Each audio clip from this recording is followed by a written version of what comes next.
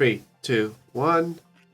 We're live. We're live for the ad break part. The ad break part that takes forever to go. The thing that's supposed to start instantly, but it doesn't for some reason. I got working on other channels, but not on this one. Because of course I don't. So I gotta wait for the countdown to happen.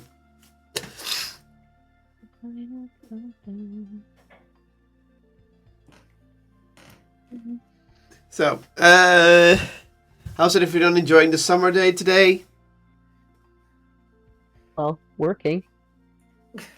Ah. Yeah, work.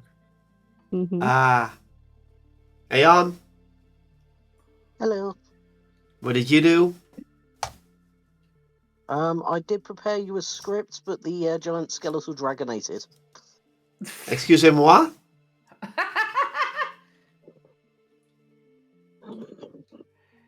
The giant skeletal... You don't have a giant skeletal dragon? Oh. Well, everybody had one. I thought I understood Jello skeleton dragon for a moment. Oh, no. That's an entirely different dragon. I don't have that one yet. Yet.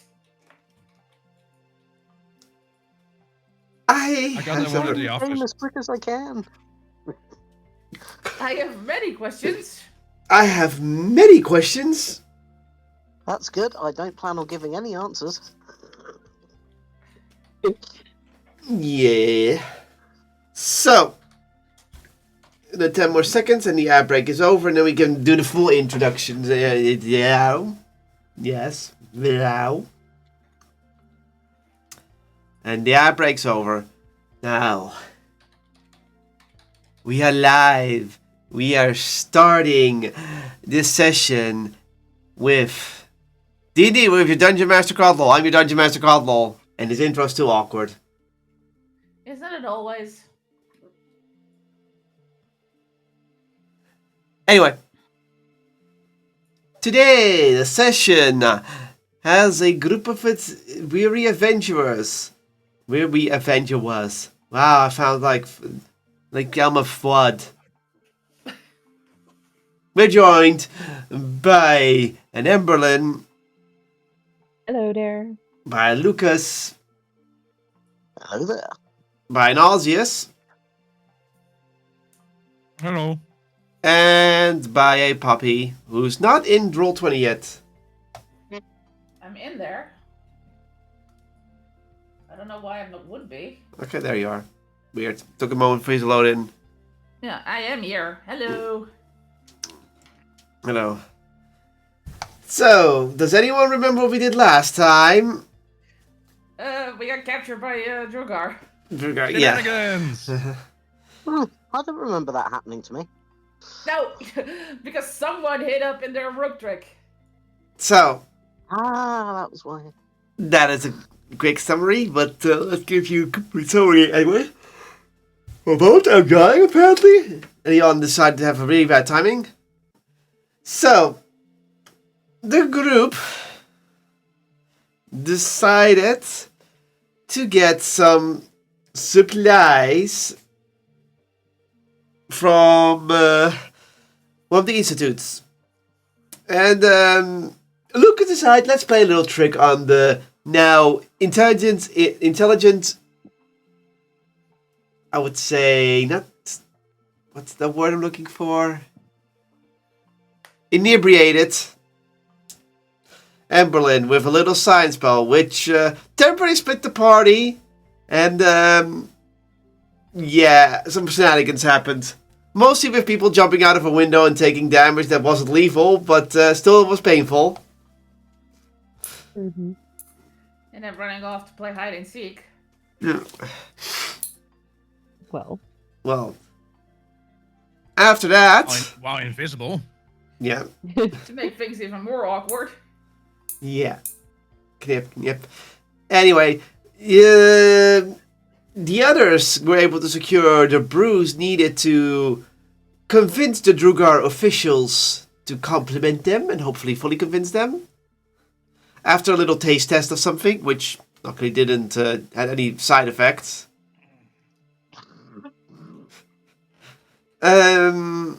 After that, basically, Oz just got pissed, punched Lucas to the nose, which was very deserved. Objection.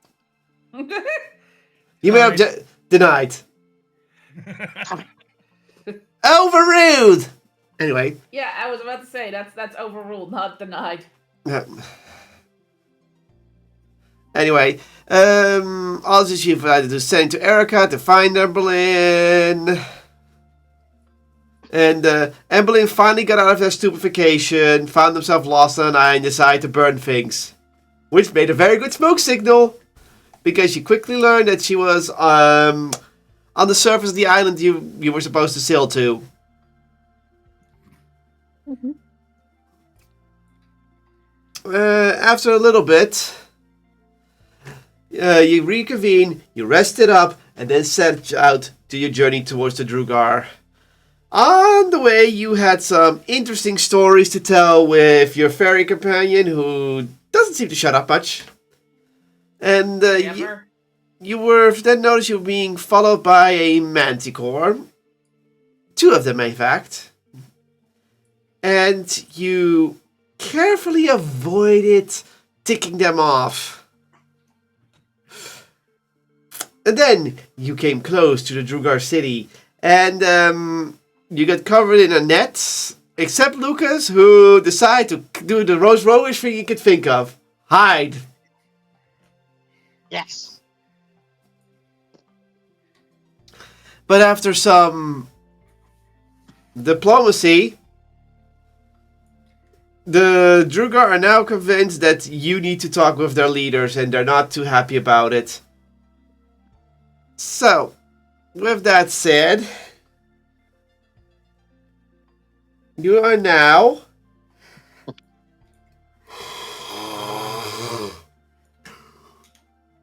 within captivity, or not captivity, or whatever you can call it. It's not captivity. I can leave whenever I want. Yeah.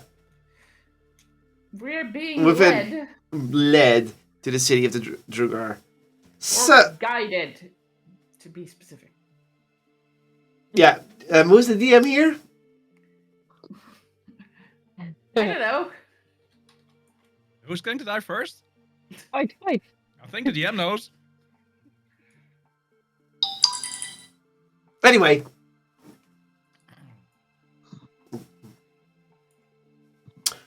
You were being led into one of the cities, the one in the east over here, where you're gonna meet with some officials. So, you slowly but surely get led into the city.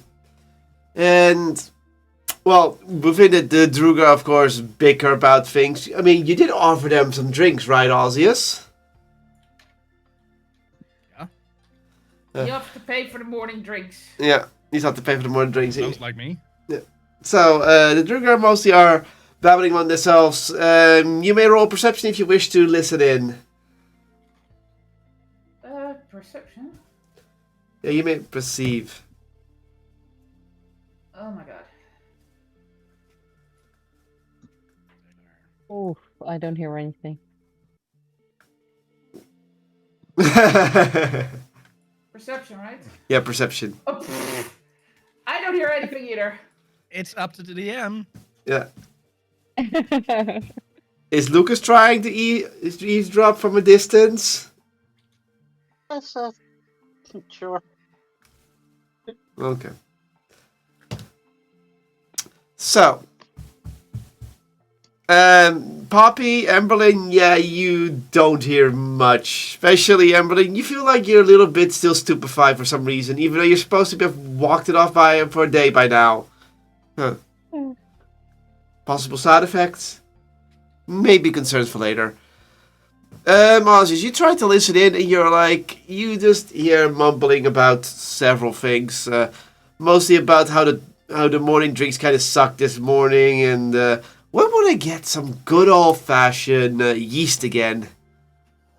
The good yeast, not the yeast that harvested from every mushroom here and the other. They want the good yeast. Yay. That's the only part you can pick up.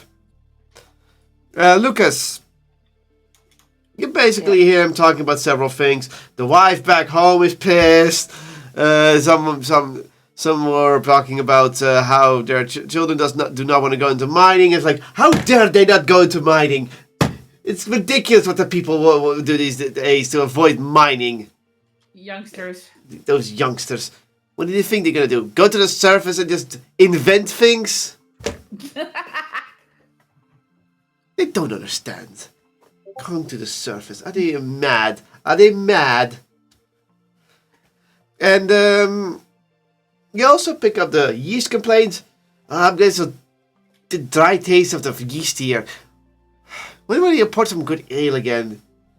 I mean, surface yeast is nice, but the best yeast is always from the deepest of depths. That's where the yeast is the strongest and the most moist. And the last thing you overhear is the fact that it's like, hey, have you heard? They're looking for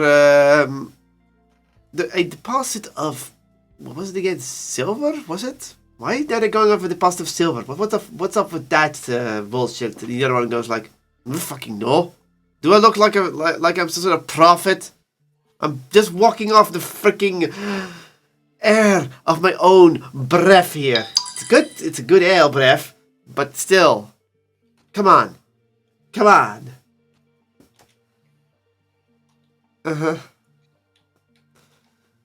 So, you walk into this large construction through a gate that's heavily guarded. And you walk in, and within this city, you see several tall buildings made out of stone.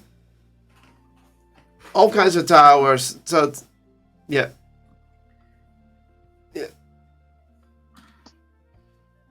Thank you, Lucas, for those messages. Also, I am beeping. I cannot turn on streamer mode for the one moment. I need to turn on streamer mode because it didn't automatically turn on again. Knock it off. There. I do not know why streamer mode doesn't work automatically anymore. Thank you for your patience. So, oh,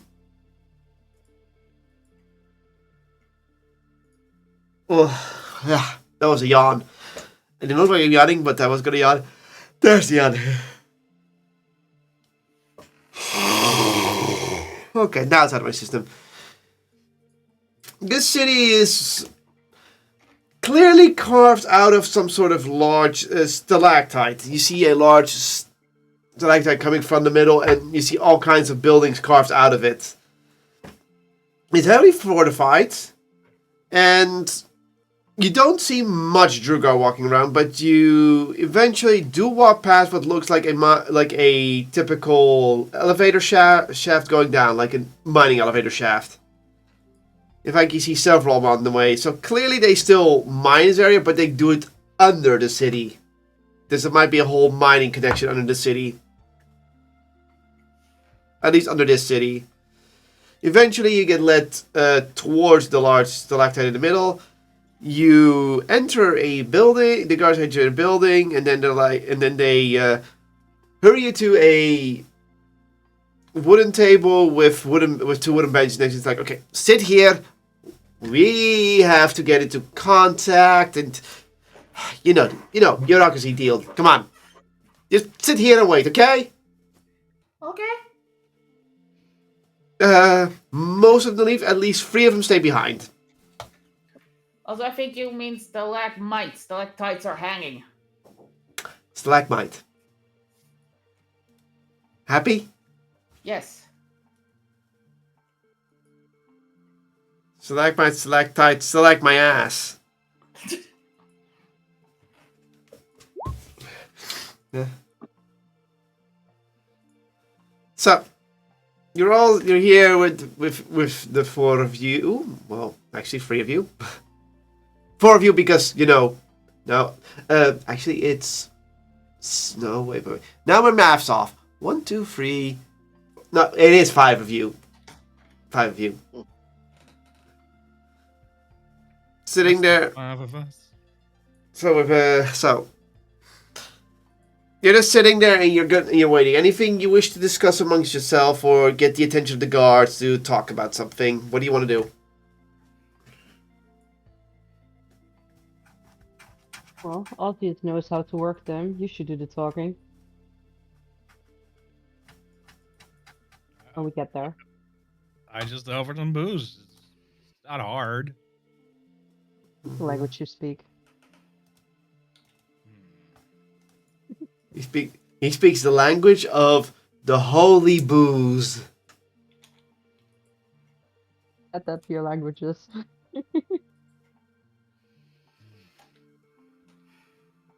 I don't want to be a spokesturtle.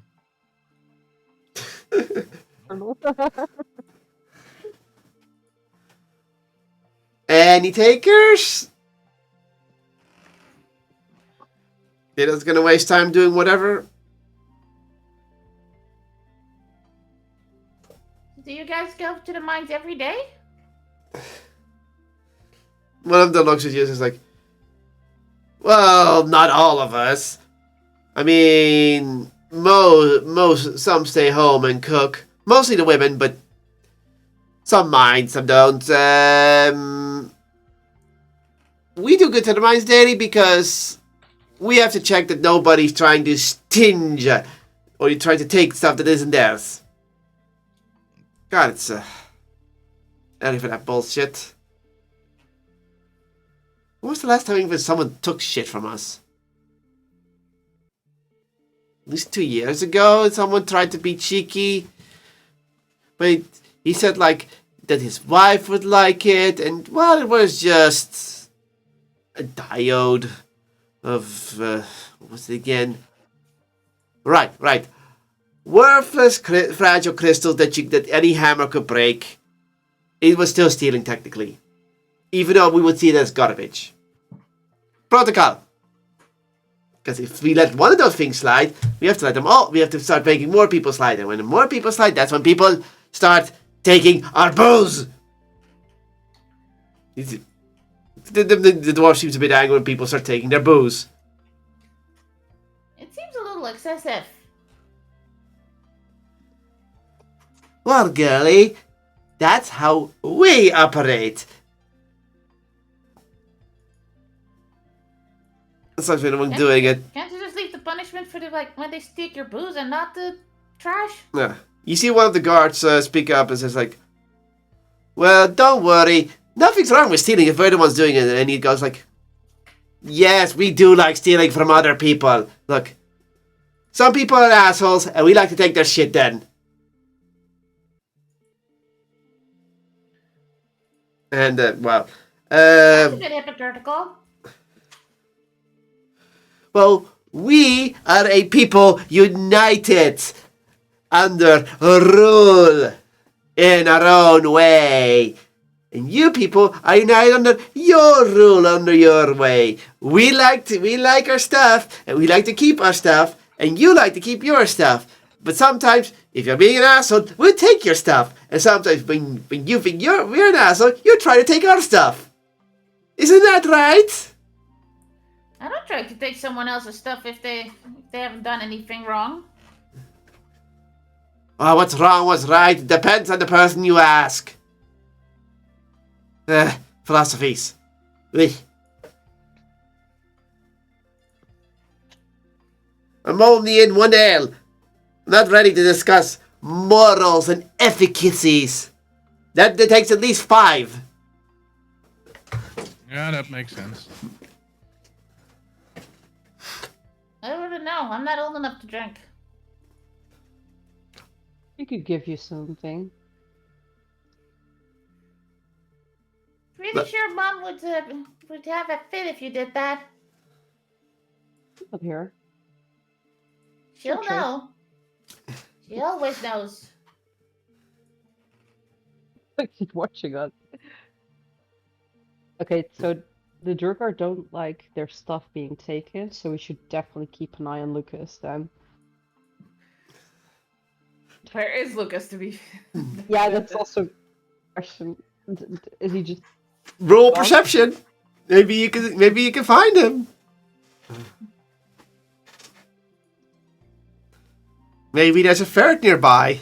Seriously? I went for a...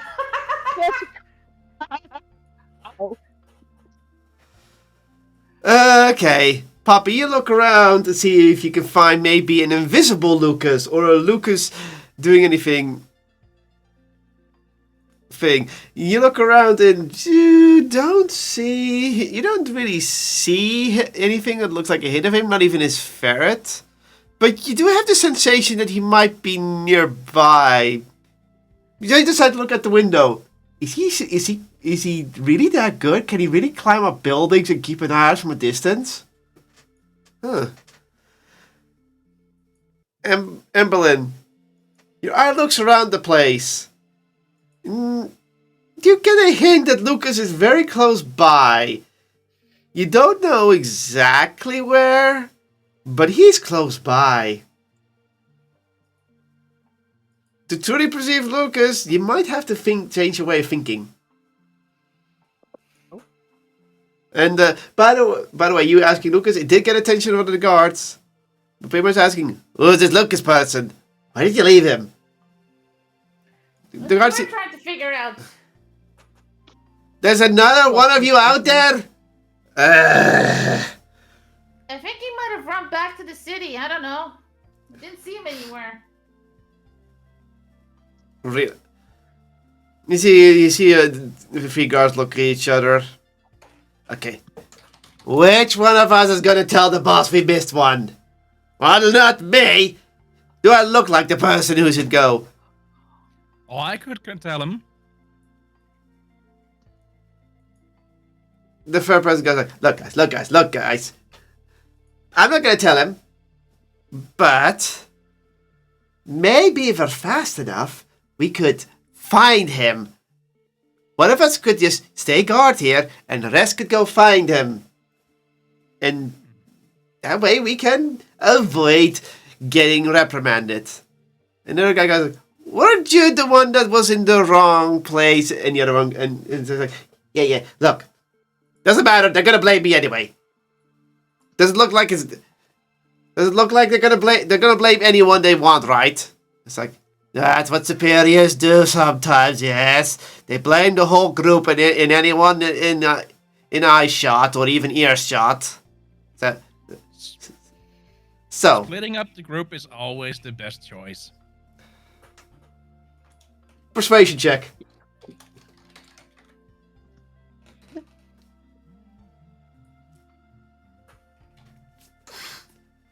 $13. The two guys look at you and it's like, well, it's not like they're gonna run away, are they?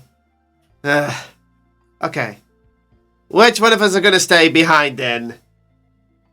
Well, the person who's not gonna be looking for the other guy is gonna probably get an earful from the boss when he finds out.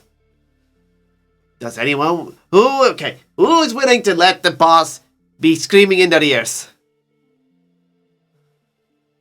And then one of the speakers, the last one goes like, let me guard them. I'll get the first round of drinks in later if that's what it costs me. It's like, okay. That is very, very, very nice of you. I guess I know the drinks, but that was kind of odd to ask. And then the other one goes, who cares? They're going to take the blame. They're going to give us drinks. He's probably trying to stay out of the way from his boss, so he would rather have another boss screaming at him because then he won't get punished, maybe. I don't know. Maybe he found a loophole. It's like, right, he was not in the squadron with us, so if he takes the blame, none of us are to blame, and then he doesn't get blamed with his boss. Am I getting it straight? The other goes like, is that his plan? And then they both look at him and he goes like, well, I guess. I mean, I don't want to see my boss right now. It's like, and two go like, right, fine, we'll do it. And yeah, the other, and then they both leave. So you now with only one guard left. For the other two, will look for Lucas.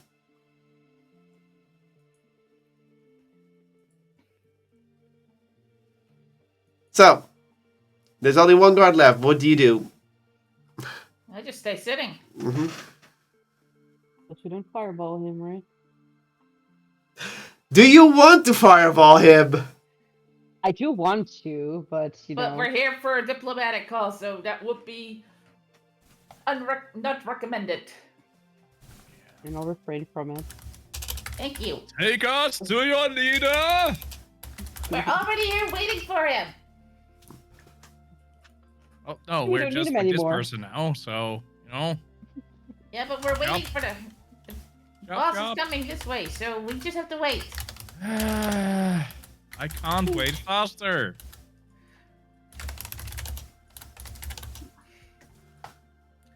You can't wait faster. That's just silly. Wait faster, Pokey. Faster. For fuck's sake.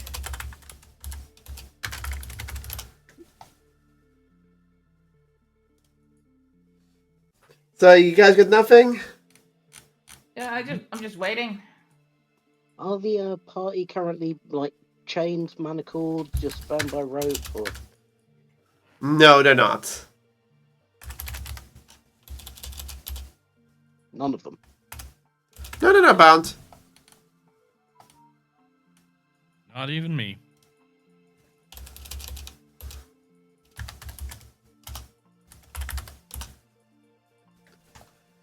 None of them are bound. Seriously, they didn't even tie you up.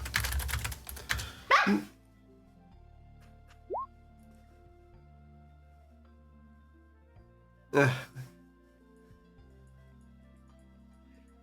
And I dropped the sky self. The third Drugar was Lucas all along. Wow. He kept whispering me, that's why I was so slow on responses. I had to wait for his responses. How did they not notice that? Because That's- it's amazing. This is why you two were able to sense him nearby, but you couldn't perceive him because you couldn't see through his disguise because you needed to realize that he might have been in disguise. I figured if I say like he could be in disguise in this very room would give it away, so I was trying to with that 20. It's like he's very nearby, and you might have to change your way of thinking to find him. Would be telling you like he's in disguise, you need to bust the disguise then. Like you were supposed to ask me that.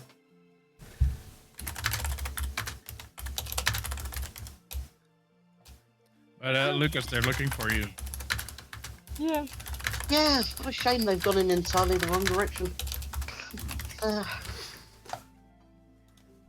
what do we do now then? Well, it depends. Do you want to sit here and wait for them to come back, or shall we amscray? I mean, we're waiting for them to come with the leader anyway, so we can talk to them, right? Yeah. So we might as well wait. Maybe you Hopefully should it goes stay faster. disguised. If you stay disguised, you might pick up some things that we don't hear. This is also why he heard everything.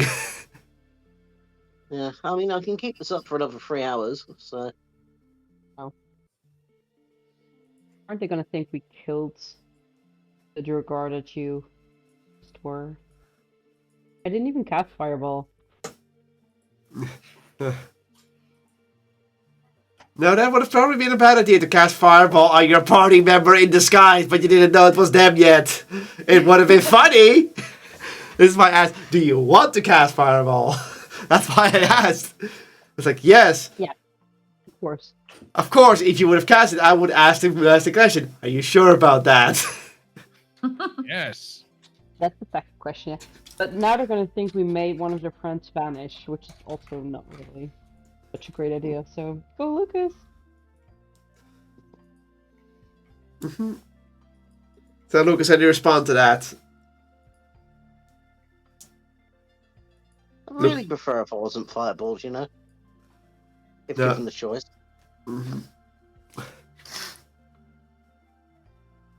Really know how to spoil the mood.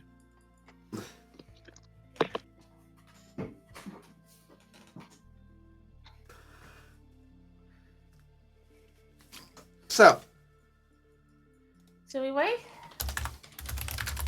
I'm happy to keep this charade going if you are. Okay. Do we have Fair some enough. time to kill while waiting? you have some time to kill. I'm To gonna be take fair, out my it's gonna staff. look a bit suspicious if they come back and the guard is playing cards with you. But I don't think that might be that suspicious. I'm gonna Considering take out how my these staff. guards are, it wouldn't be weird for a guard to play cards with outsiders when they're too bored, considering they're guarding alone. Actually, one thing. Lucas, you might have to take the cask out of or the booze out of your bag of holding. Otherwise, we don't have anything to barter with. yeah, good point. It's gonna look a bit odd if the guard is the one producing the booze, Yeah. isn't it? Exactly. That's why I said like probably better if you give it to us now before they come back. Fair enough. All right. I'm gonna give Poppy my bag of holding. Okay. Thank you. I'll give it back to you later. Yeah, fair. I trust you. Right. Mhm. This guy's back up. Snap my fingers. There we go. Okay. Okay. How long are you willing to wait? Oh, we're playing cards. Yep. Okay, you're gonna be playing cards, whatever. We're not really gonna play for anything. There's no rewards. It's just playing for fun. So, but Yeah. how much time are you willing to kill? 3 days. Depends how long they're gonna take. Yeah, so I just want to have an idea of how much you're willing to take. So it's like if you say as long as then that time will pass. You do want to swing the heavy staff around, Timberlin? Yeah. I want you to throw a strength check. Yes.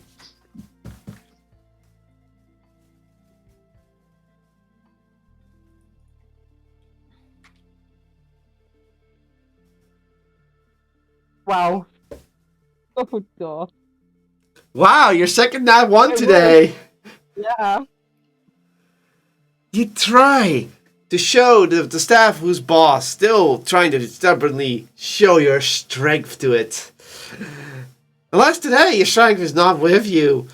As you try to swing the staff becomes very heavy, and that sudden shift makes you go. The staff goes down to the ground, and you're trying to slowly raise it up, but you're having trouble with it. And you also had the feeling that you kind of sprained your arm. You take... You okay, MB? 4 points of bludgeoning damage from overexertion. Ouch. No. I hurt my arm.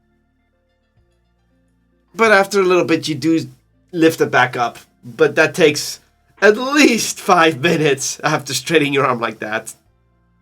Oh, I just look at the staff angrily. The staff remains stubborn.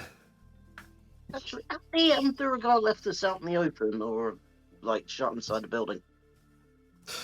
From what you can guess, this room is kind of empty. There's only a few chairs, the table and benches, the doorway, and a stairway going up, and several torches to light the room, but otherwise, not really anything you can snatch. Well, because if I like set an alarm out so that we get a warning when somebody's approaching, and I don't have to sit there wasting spells until if they're going to take ages to come back. If you want to do that, sure. Yeah. Yeah, fair enough then. I will set an alarm for when a Durgar approaches so I can quickly disguise self. Sorry, I got jump scared. Someone in the chat just played dramatic piano on me. I'm like, It's like, yeah, that would be the sound effect for the alarm. Dramatic piano. Good job, Sai. Good job. Sai, there is no attacking me on this stream. Knock it off. That's on the other channel.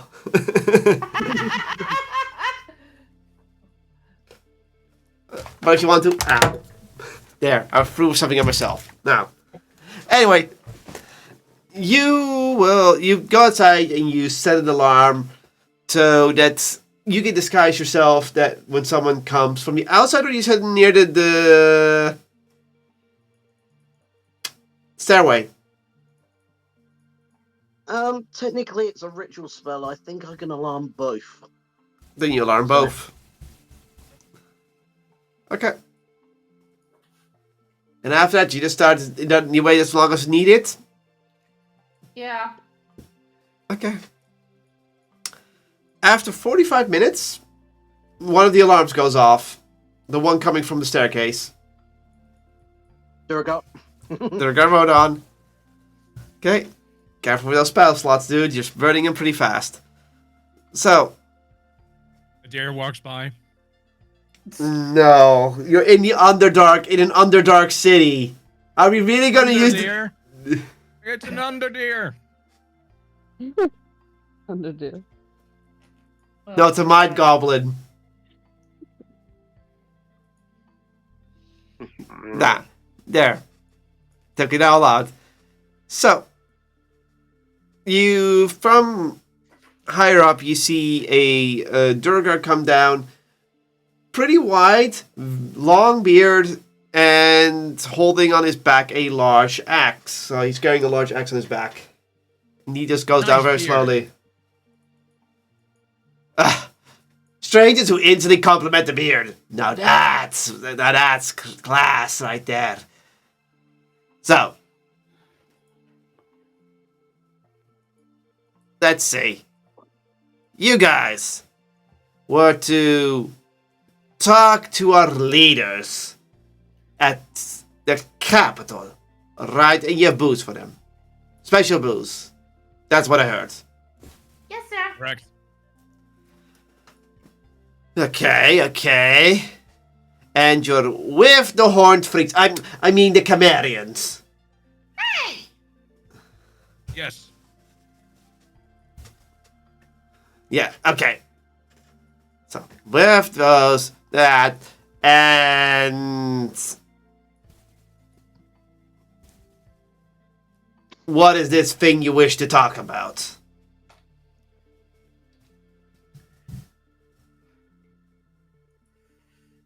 Do we just explain the whole story immediately, or...? That's for you to decide.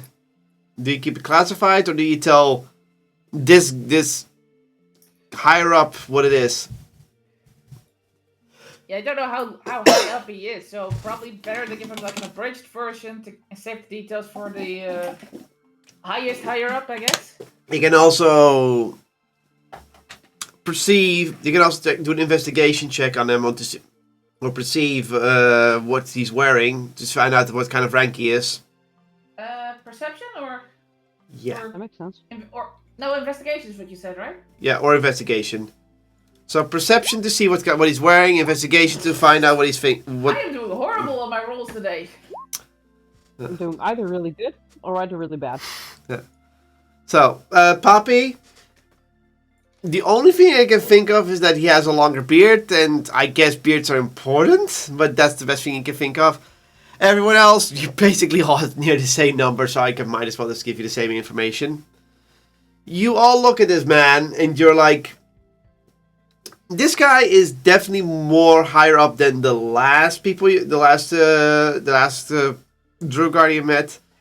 You wouldn't say that he's the highest of highest, because his clothing lacks certain finesse. You would say, like, oh, this guy is very important. Like, he's not wearing any banners. His outfit has some armor pieces, and it's leather and not like really metal. He doesn't have anything you would say, like, this is a commander. This is just someone who knows how to fight and is probably higher up, but not the highest rank within not one of the highest of highest rank. So more like higher, lower rank. like a sergeant. Okay. So I'll have to leave this to the teammates to decide then, because I can't deduce shit. Mm-hmm.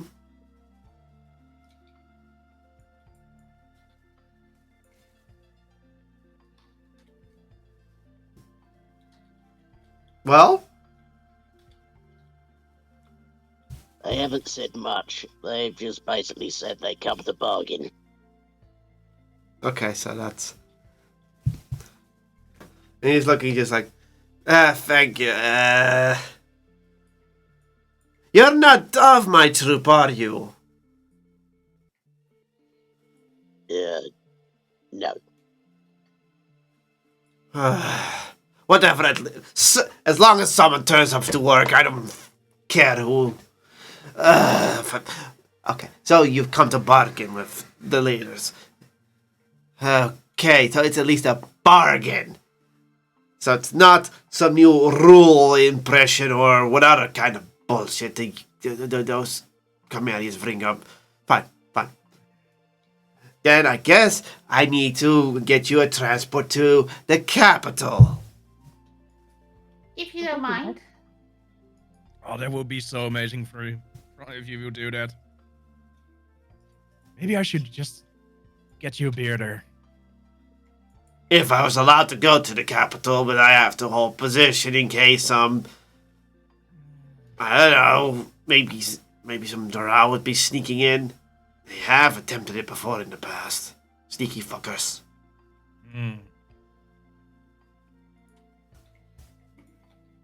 Maybe this guard can help us get to the capital? This guy, I don't even know from which platoon he is. Let alone which troop. Let alone which squad. I can't give him orders like that. Then again... You outrank him. Just because I outrank him doesn't mean I outrank his boss. Then again, who is your boss? Oh dear. I was told if I take my eyes off them, I'm in for a beating. Ah, a beater. Short beard or long beard? Beard was not as long as magnificent as yours. Yes! Ah, I see. So someone who is no self-esteem, has a shitty beard, and beats on his workers because he has no freaking respect on the beards. Look at that beard. I think I know what you... I know you're not allowed, no telling names and blah, blah, blah, but I know what you mean. Yeah, that guy is a dickhead. He always... It makes people wonder why they even want to work under him. Oh, right. He gives 3 rounds every night. That's why some people work under him. But, it's very worth it just so you get 1 free round to deal with such a dickhead who doesn't respect the beard. Alright. Fine. The eternal discussion. I guess I can tell you as a superior to take these people to the fucking capital, and I'll just say that Mr. Dickhead over there fucking failed to keep his troops in order, and I just did him a favor. And he has to buy me a drink. That sounds like a good idea. Brilliant plan. I see no downsides. Oh, imagine his face. Fine. Alright.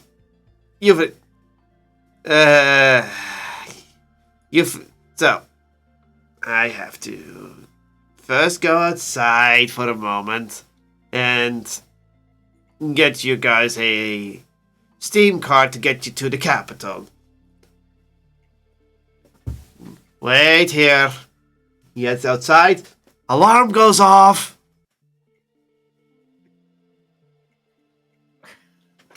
Yep. Does he hear that? No, because it's quiet in my head. Yeah, Lucas knows that it's Lucas, so this went alarm went off. Silent alarm, yes. So, And within like 4 minutes, you hear the sound of something heavy and clanking coming your way. And then it stops right in front of your door. Okay.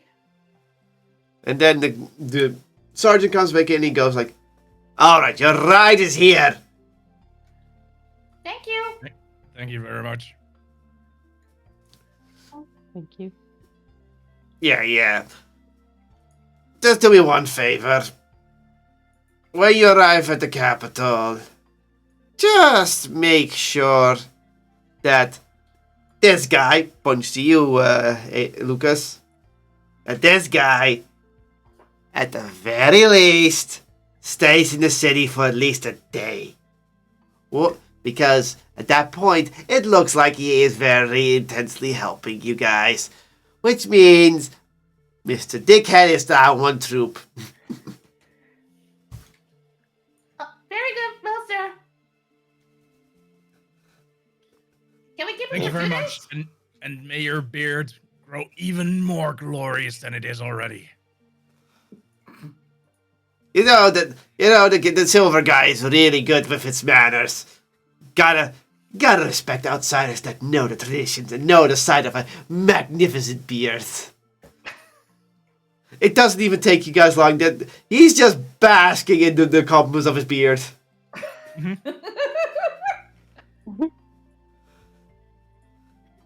So, you go outside, and outside you see... You would think it would just be a cart with an engine on it, but no. There's literal treads under this thing, and it is literally just a cart with a giant steam machine in the front being driven by a Druga with a shorter stature and shorter beard, wearing goggles and a helmet. That is so cool.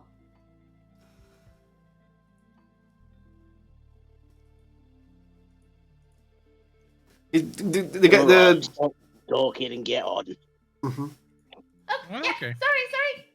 Hops on. So you all get on. The driver looks back at you, and he's like, "That all?" Yes, sir. How fast is this thing?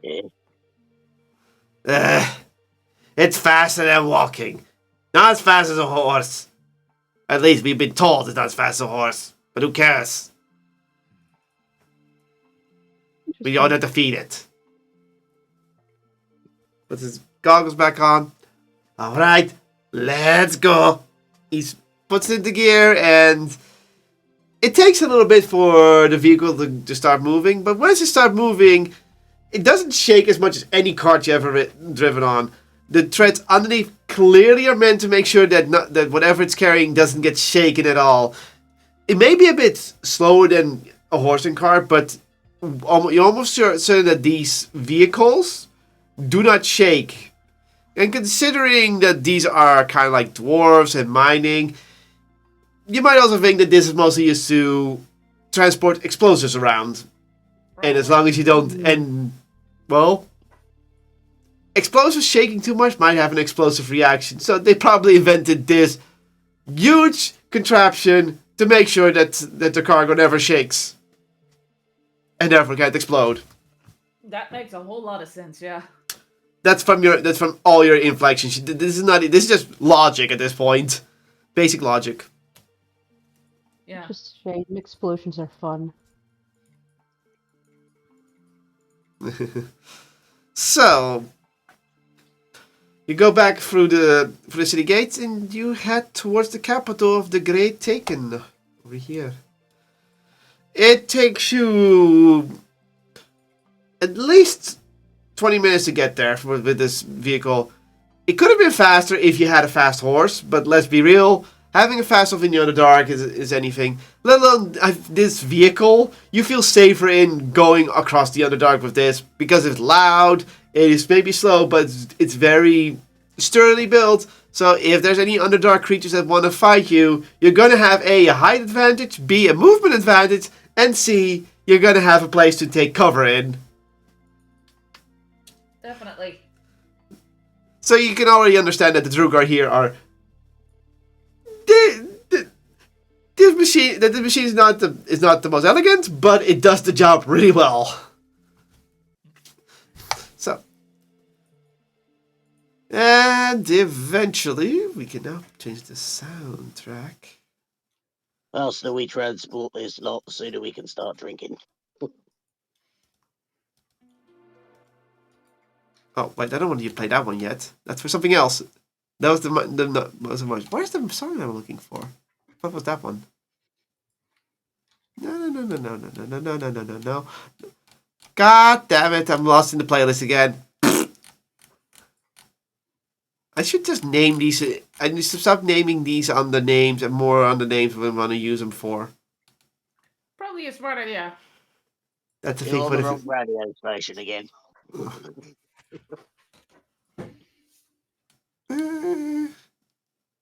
was this one?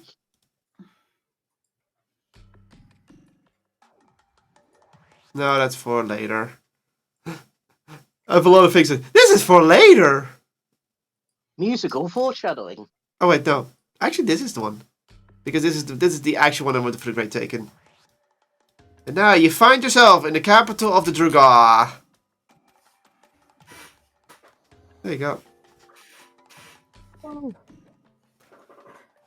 So the cart stops at the main gate. Some guard stops and is like, "Hey, unauthorized transport. What the fuck is going on here?" And you see the guy stopping the machine and he goes like, "Special delivery, you know. There are people here from the Chimerians. They have stuff for the boss. They want to negotiate something." And you see the two guards looking at each other. It's like, really? Negotiations at this time of day, at this time of month. And it's like, it's sudden, but whatever. They have booze for the king. And then they're like, oh, booze for the king. I'll turn this down a little bit.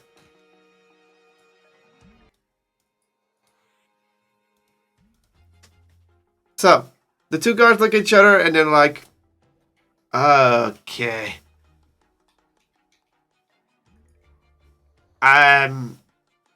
Do we, and the other guard already runs off. It's like, you could have at least told me. Come on. We're a team here. Alright, unload. Just unload. It's fine. You all get out. Okay. You with the ruckus. You can go back. Transport received. We'll take it from here.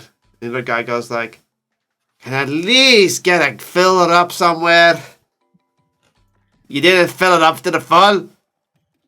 I wasn't really allowed to. I didn't have any time. The boss wanted to get them as soon as possible here. It's like, go inside and fill it up. I'll wait outside with these guys and their. Look at you, guide, I guess. Look at you, Lucas, for a moment. It's like a guide, I guess. So the vehicle drives into the city, off to where knows where, and you guys are still held up at the gates. There. So, do you wait or do you try to engage conversation with the guard?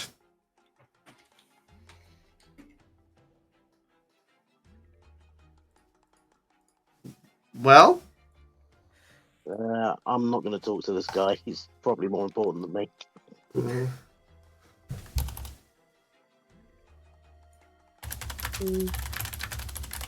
Can we scan the environment to see if there's anything interesting around? You want to see if there's anything interesting around the front area? Yeah. You made a roll perception. Stuff. Okay, yeah, perception. Yeah. You look around the place, and you do see some lights on the walls and some cannons, which you haven't seen before, but anything else, not really. This city is built differently. You can see that it's also built on layers. You see the walls, but if you look a little bit up, you see a little bit of the city above the walls. But that's all. But that's the best you can make out of it. You can't really see any details. I don't know.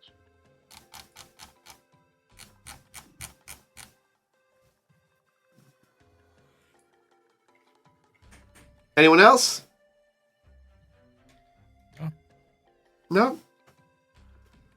No one? That's it? Yeah. Well, then Silverbow will speak up. So, how high did you guys build this place anyway?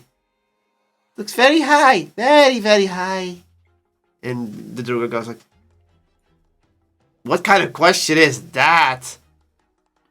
Why are you looking like one of those? And there goes like, she is. Don't think too much about it. It's a long story.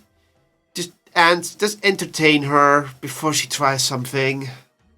And there goes like, entertainer. Do I look like an entertainer? And you all look at your fairy companion, and you get the feeling that she's having the jitters, like she's bored out of her mind. You might want to answer her because I think she's about to do something stupid if she doesn't get an answer.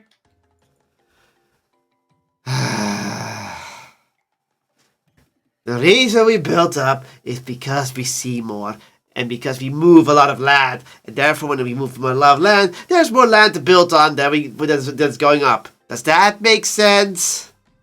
It's like, why you said it? Look, I'm not a freaking city architect. Do I look like a city architect? I am guarding a gate. There's some awkward silence there for a moment, and she's like, okay. And Erica rolls her eyes. And after a little bit, Drugar returns, and he's like, okay. So, the boss said that they should not be allowed in the city yet. Because you only have one guide with you, and secondly, there's no armored escort or that kind of bullshit. Why do we need an armored escort? Because you're in a city of Drugar. You're outsiders. I don't know if you've figured much, but do you think our buildings are meant to be used by outsiders? If you look past the gate, you look at the houses, you're like, they're all kind of tiny. I think Emberlyn will break her back if she even tries to get inside of these places. Being the tallest of all. Poppy wouldn't matter. Poppy can fit in just fine, though. Yeah, like we're going to design our cities for outsiders to come into. Exactly. Before you know it, you have to build every houses for both Drugar fitting and then for outsiders fitting, and then the outsiders want to come in more, and before they know it, they steal all the fucking booze. And we're always sold out. I'm sharing not. You're very convincing for the Drugar. It's like, and to the guys like, so yeah, you can see, we can't have you wander around because our buildings are not designed for you. I can fit in one. Look, just because one can fit, that means all you can fit. And everyone goes like, imagine if a Furbog would come here, or a Goliath. And he goes like, oh, don't get me started. It's gonna be a nightmare. At least the castle can fit these guys, but then again, that's what the armored escort is for. And he's like, look, boss said to keep him here and wait. The highest of highest are gonna come here, get the armored escort, pick him up, take him to the castle. Okay. Mm-hmm. Yeah, Especially, huh? is the armored escort big? I don't know. Depends on how many we need to bring. Also, before you ask about if we see why that had a room for outsiders to fit, you can probably imagine that that was probably an interrogation room of some sort, and that's why it was big enough for you guys. So they do sometimes build it for outsiders. Just not a lot. Yeah.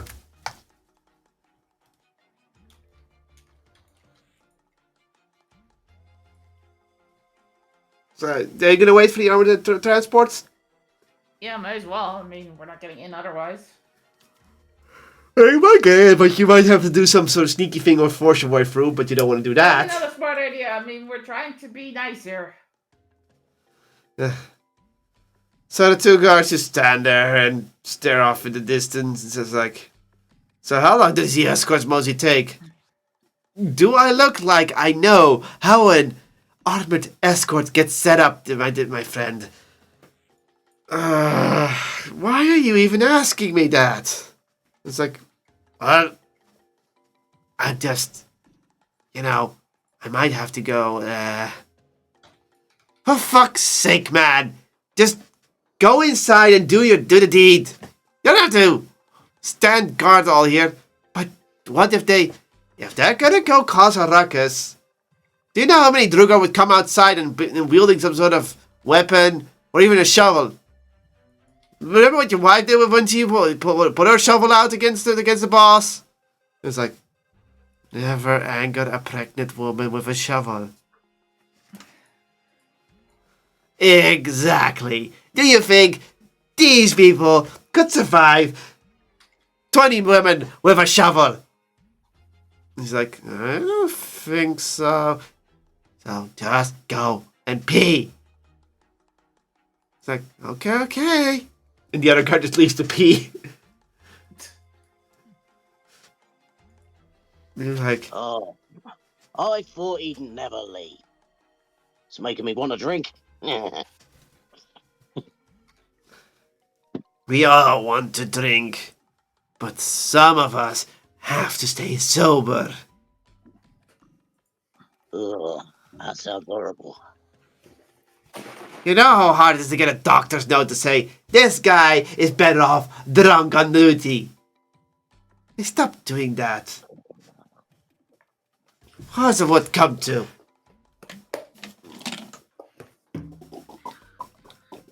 There's nothing wrong with I it. go over and pat the man on the shoulder. You just pat the man on the shoulder. He just Yeah, looks like, at you. Sympathetically, he's like, He there, just there. he just looks at you like, okay, I understand that you're trying to give me sympathy, but I'm a strong dwarf. I still have my pride. Okay. After some minutes, well, at least 50 minutes, finally, you see a group of 9 armored, well, what you presume Drugar. It's really hard to tell with the way they're dressed. I mean, they're covered head to toe in metal, which you can all hear clanking. They have axes, to have 2 iron bows, and one guy is wielding what looks like a combination of a spear of some sort, but there's also some sort of device attached on the underside of the head. If you would like to know what it is, you may roll an investigation check. Okay. Mm. Oh, that was the wrong one.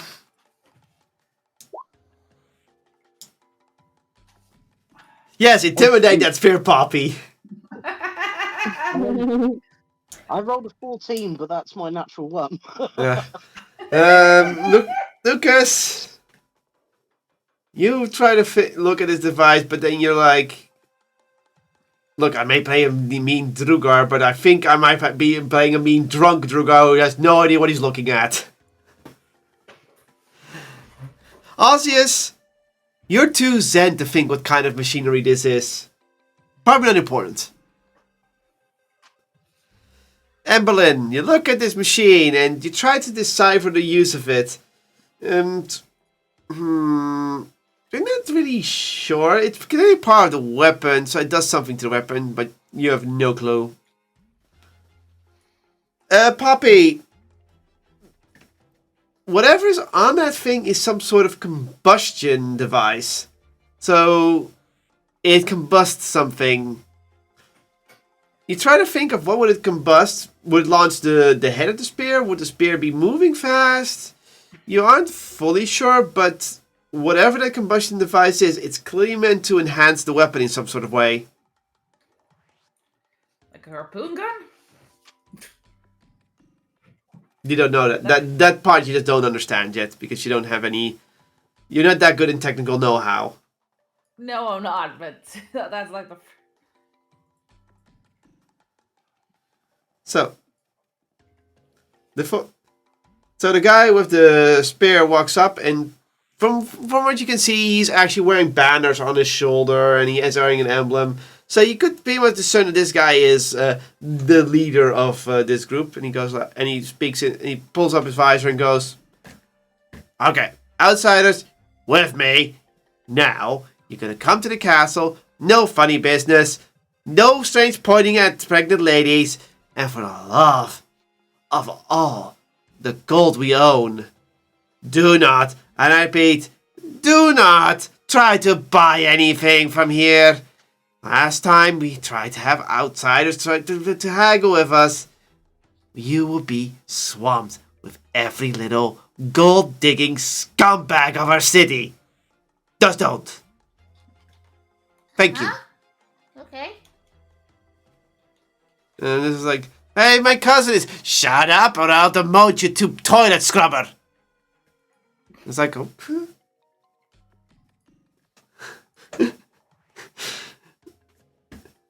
Trust me, you don't want to deal with the Drugar. There's a lot of people in the city that are opportunistic little scumbags, and you're outsiders. It will just cause a mess, especially with the gold distribution. The banks do not like that. Okay? Capiche? Yes, sir. Okay. Follow me. And troops. Keep an eye on that one, keep an eye on that one. Especially keep an eye on that one. Points to you, Osius. The fire lady. Assign that one. The silver fairy looking girl. Put that one in. The blue lady. Fancy looking. Assign the newbie. And Erica's like, you see Erica look like, why do I get the newbie? Am I that unthreatening? Would this be a good time for me to sort of like hide behind the rest of our group, drop the disguise, and just look like I've been carrying at the back the whole time? Sure. Stealth check. Bugger.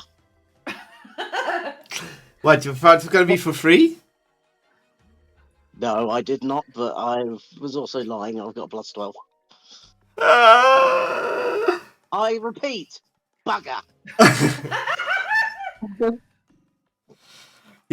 That sleight of hand you rolled. Oh, fuck's sake. You're lucky that I know. It's like, wait a minute, you fucked up your roll too. Yeah, probably gonna fuck. No. See, stealth check was at a different bonus. Yeah. I guess you dodged the nat one by your own stupidity. Because normally I would just take it, but whatever. Stealth. Failed. You're like, shit, if I stay in here in disguise, I might not be able to follow, or I'll be dragged off to do toilet scrubbing at this rate. So you're like, I'm here now. And, let's see, does anyone notice?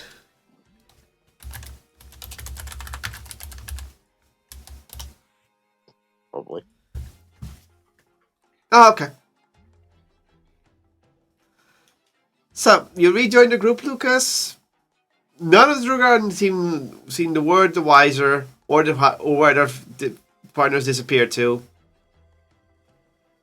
So, but they do notice that there's someone else there. It's like, some guy that's in the shadows. I just noticed him. Anyone want to cover that guy? And he's like, well, you didn't assign me, so then you do it. Come on. Chop, chop. It's like, okay. And you're getting led into the city.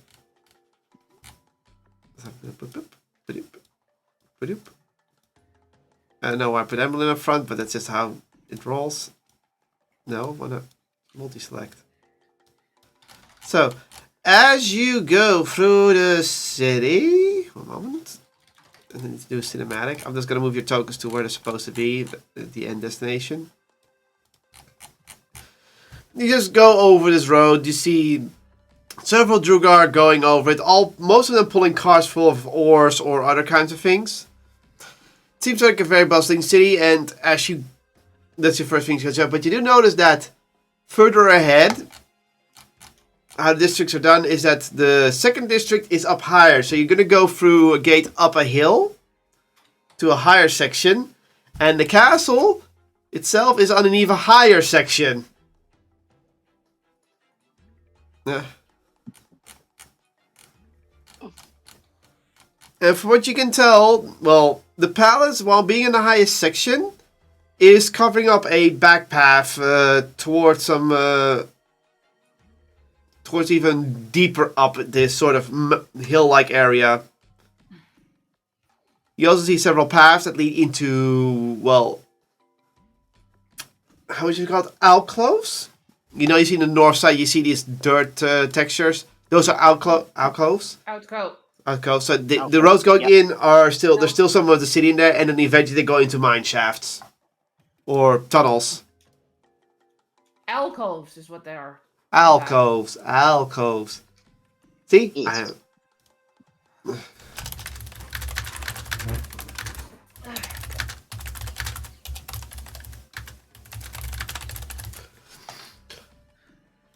So, otherwise, yeah, most of the buildings are too small for you because clearly they're not built for outsiders. Duh.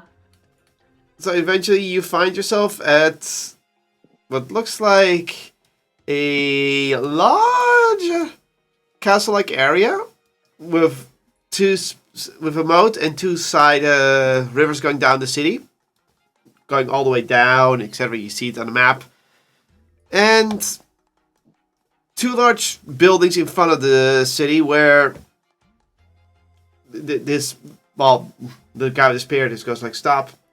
All right, rival at district." Troops dismissed. And the troops go like, and the one of the troops like, did we really just? Yes, you did. Protocol. Shut up. Just do as you said. You're getting paid enough. And it's like, yeah, but we don't get. Shut up. You get paid enough. It's like, okay. And then they leave. Okay. So. As we're gonna say, the general is ready to meet with you. Are you ready yourselves? You got your bargaining chips with you. You got everything ready to discuss with him. Yes, sir. Yes. Mm-hmm. Okay. Good.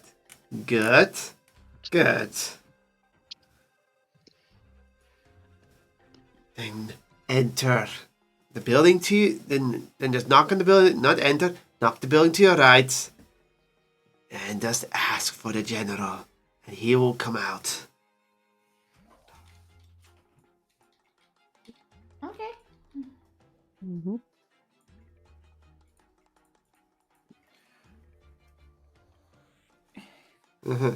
So. And then he's like, okay then. And he just makes his way off. So, what do? Are you gonna go to the military-looking building to your right? Yep. Nice. Well, right. Sure, That's what we're yeah. supposed to do. Mm-hmm. Who's knocking? Sure. Okay. Ozzius, you walk over and knock on the door. Do you have any specific way you hard. want to knock? So you want to go... Hard. do. Loud. Yeah. And it's like... And... Strength check? Strength check? If you feel like it, sure. Oh, it would be so funny to fail this. You try to say, I want to knock hard and show my respect, but eventually you go, conk, conk, conk, conk. And it's like, and then eventually the door's like, what kind of pathetic knock was that?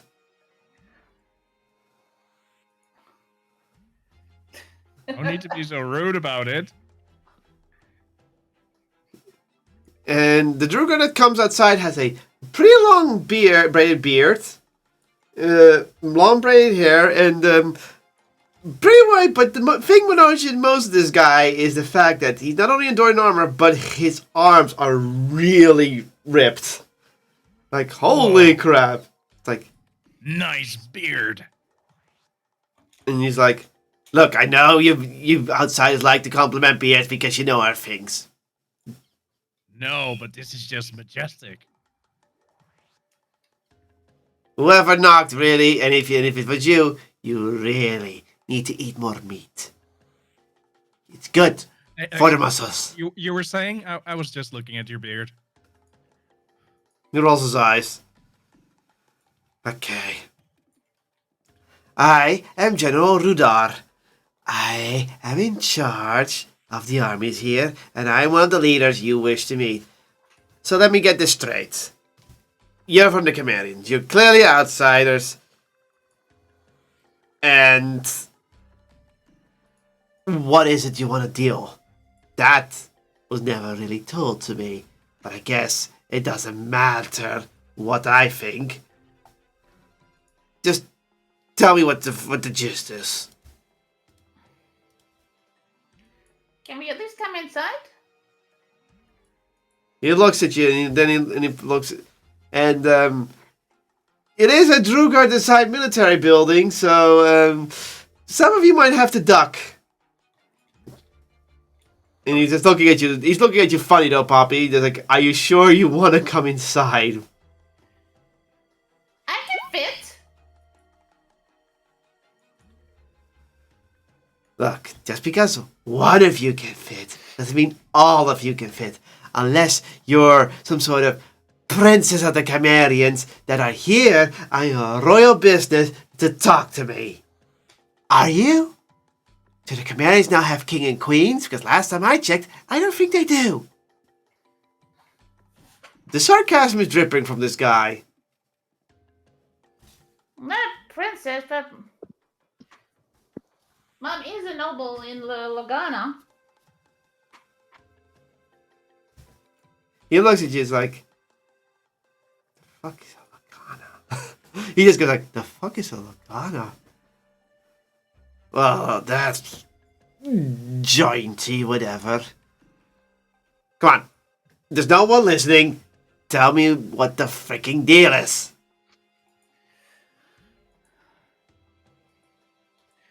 Okay, so you just give him the rundown. We are here to entreat an audience with your king. Yes, King Neptap. Correct? Yes. Correct. Okay. And you wish to have an audience with him about what exactly? We are here to propose an extremely profitable alliance for you and your people. A profitable alliance. Okay. Good words. Good words. Yeah. Of course. Hang on. Where are my manners? I am not observing the proper protocols. And I will reach into my bag of holding, and I will pull out the brown bottle of drink meant for a general. He just looks at it. It's like, oh, you got some ale with you. I do believe this is the proper way to open negotiations. Do you hand him the bottle? I mean, that one was meant for the general, right? Yes. But I have to. Does Lucas give it to him? Do you hand it over, Lucas? Lucas. Yeah, I'm sorry. I was thinking. I'll just say I'm thinking for a moment. Does there have a glass? Huh? Or Does he have a does there have a glass? mug? No, he doesn't.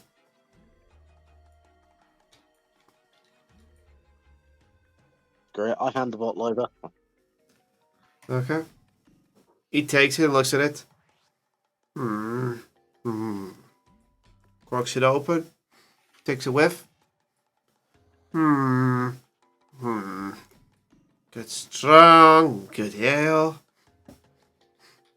Aged pretty well.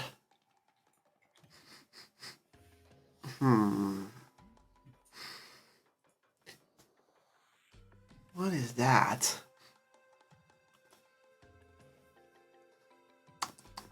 Like he's tasting the air for a moment.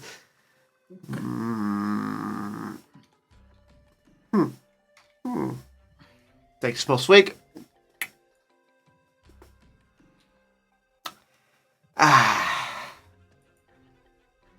That gives a good kick. Now. Yes, okay. Now you understand the protocols. One moment. He goes inside, puts the bottle aside, and comes back in. Okay, now you're really working with the protocols and traditions. Good, good, good. He seems in a more kipper mood already. So, Okay. what So what does protocol say about tasting the beer together?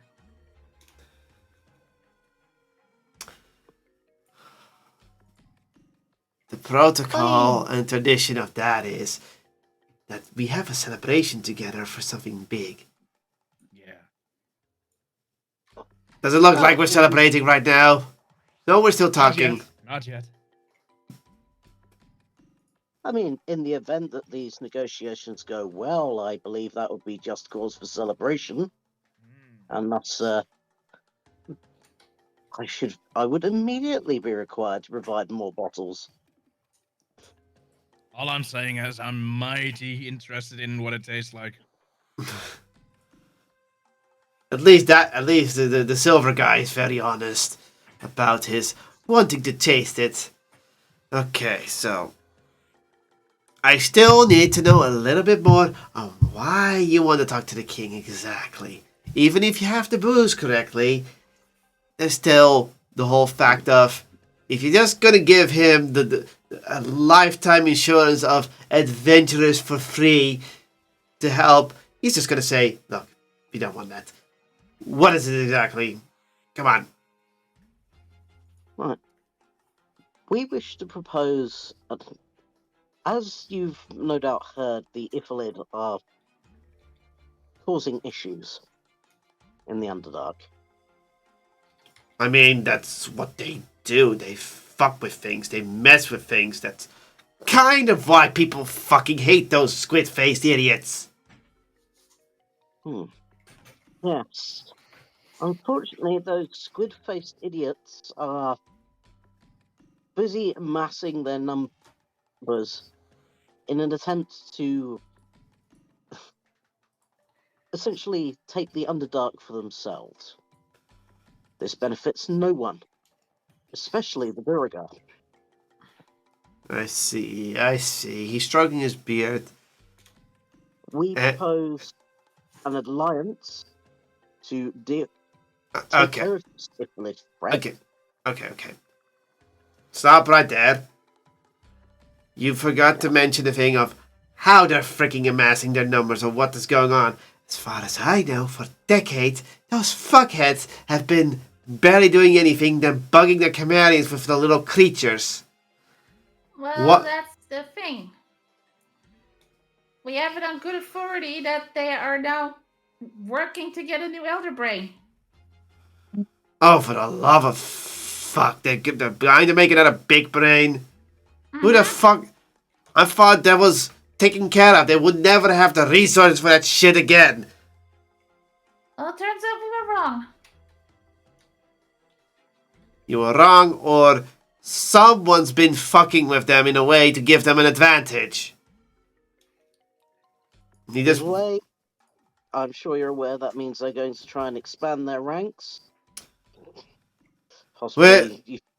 And even though the Chimerians are in between them and any other idiots, what you're trying to say is, eventually they'll come knocking to our door, and you want us to merely take your hands together and beat the shit out of these fuckers so they don't want to try it, correct? At least until they're gone, because otherwise they're gonna come here and steal all your booze. You don't want that, do you? Look, even I know they won't steal our fucking booze. They're gonna steal whatever the fuck they want and harvest brains and that kind of bullshit. You don't have to patronize me, little girl. Okay, that gives me a headache. So those fuckheads are trying to amass their numbers, get all the brain working, trying to fuck us all over again. And naturally, if the Chimerians are gonna try and ask for help, it means it's gonna be some fucking shit that we need to take care of as soon as possible, or else they're gonna be knocking at our doors within, I don't know, 20 years? Maybe less? I don't fucking know. A few months, actually. A few months? How? That fast? How? Yeah, that's kind of why we're here now.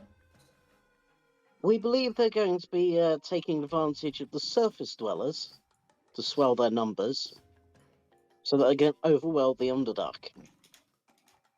How are they gonna get fast access to the surface? Unless those fuckers find another way to the surface and they're gonna exploit that shit. Yep.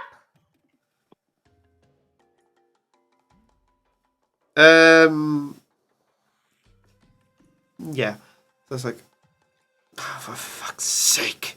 So they found another way to the surface behind everyone's fucking back. Now we're gonna have to deal with that shit. Okay. You know what?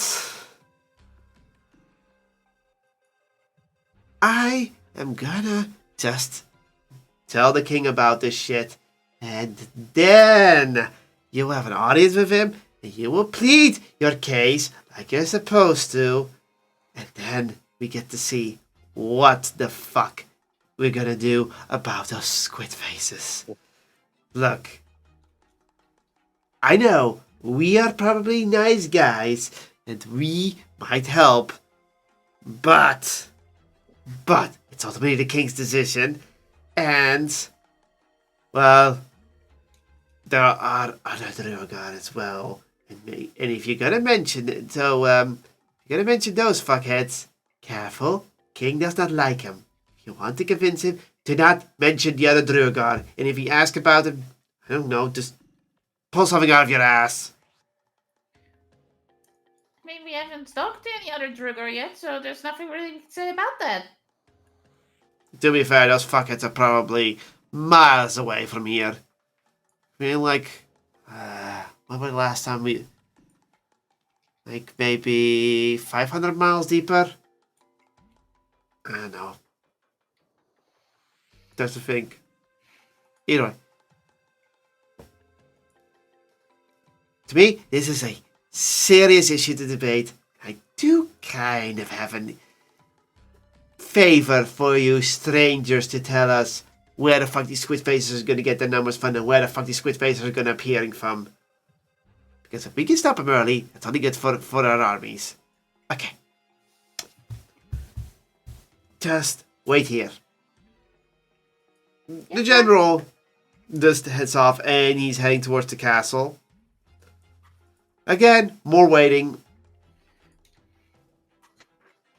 And, yeah, as you wait, there are some troops walking around the palace and they just see you, but since you're not doing anything suspicious, they just ignore you. They've probably been informed of you being here.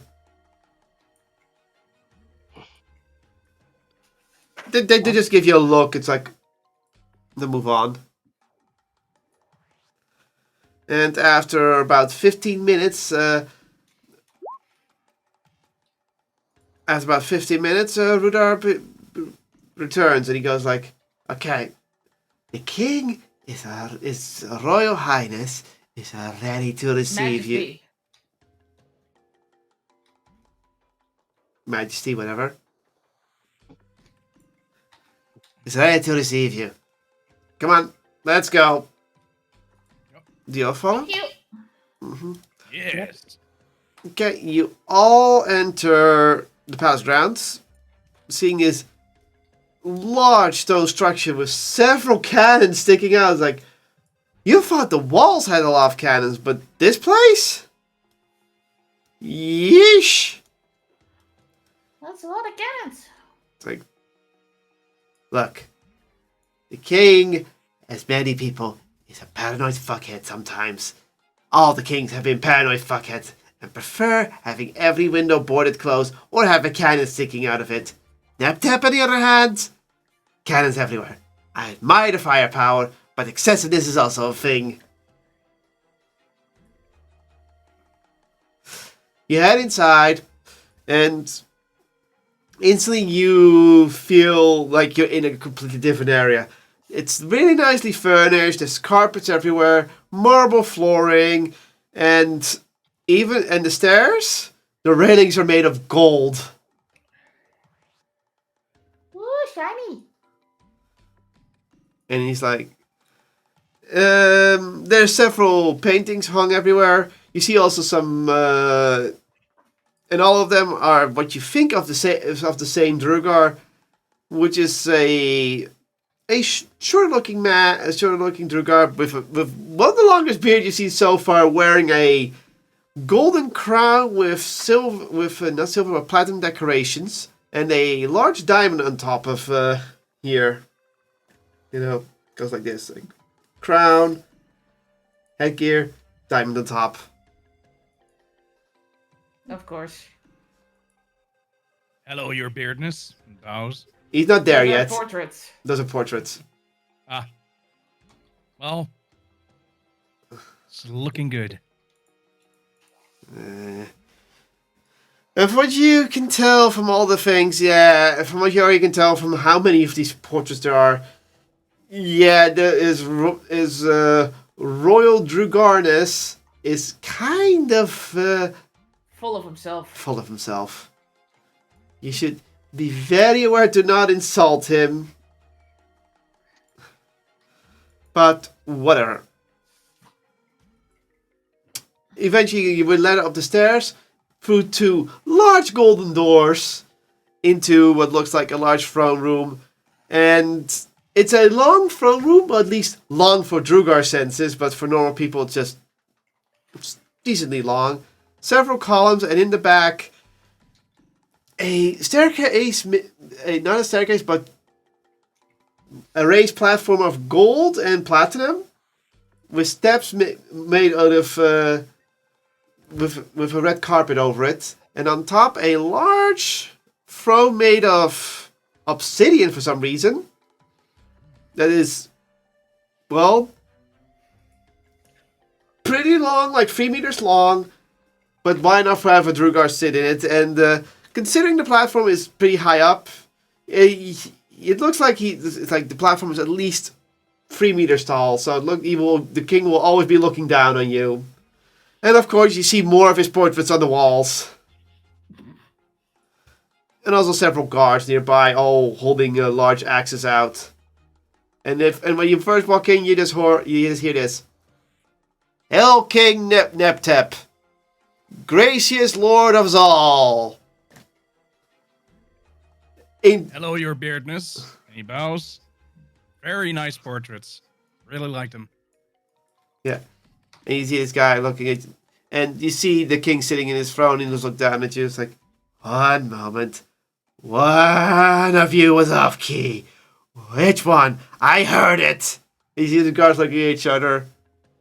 And you see an advisor walking up the stairs, and he goes whispering. It's like, oh, right. This was for an echoing effect that we've been trying out. Fine, you're excused. Strangers, you've come dealing business to get us involved in some shitty-ass war against squid faces. Look, I get it. Squid faces, bad. But why the fuck should I care? I want my guards to be around. I don't want anyone to be coming into my castle and plunder my shit in secret. I'd rather have most of my army right at my doorstep to stop any little petty thief who thinks that now that my army's out to come in and steal my precious gold. Why should I even entertain this? Come on. I'm listening. And with all due respect, if you don't send them out and the guards are going to stay here, then there might not be much gold left for you later. Because they'll be stealing it anyway. And how are they going to steal with 50 cannons pointed at their face? Come on. Tell me. Tell me.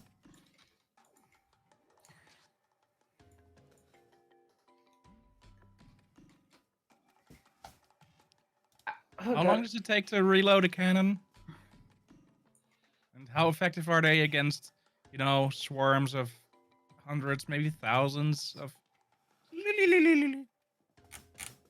Well, we have just built more cannons.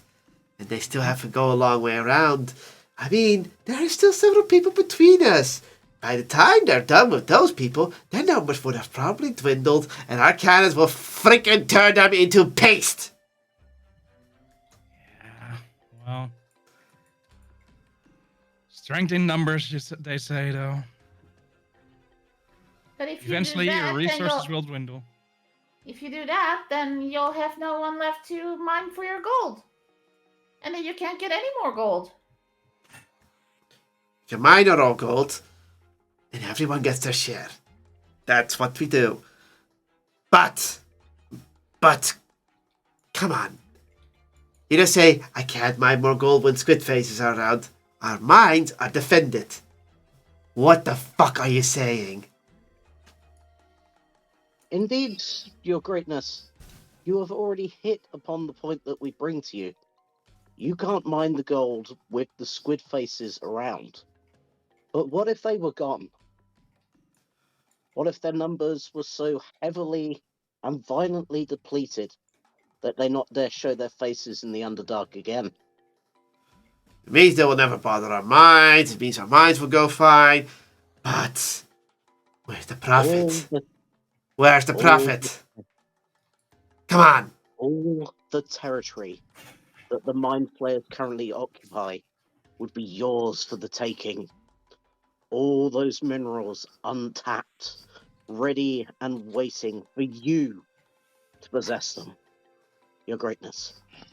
And obviously, as your greatness knows, if you don't have to worry about them, you've got increased productivity, which means even more gold. That's profit. Lucas' persuasion. The Chimerians care not for land and expansion. They'll stay holed up in their city quietly. You still have to have persuasion. Yep. What I was looking for. Really? God damn it. I don't see it yet. 17. Okay. You see him think, stroking his beard. Okay. So the Chimerians are willing to give them all the places those squid faces own for us joining them and wiping them off the map. You want to wipe them off the map, correct? Well, yeah, duh. Okay. You're saying the numbers are rising. You want to wipe them off the map. How the fuck are you going to do that? Come on. Why now the change? What is the key of victory here?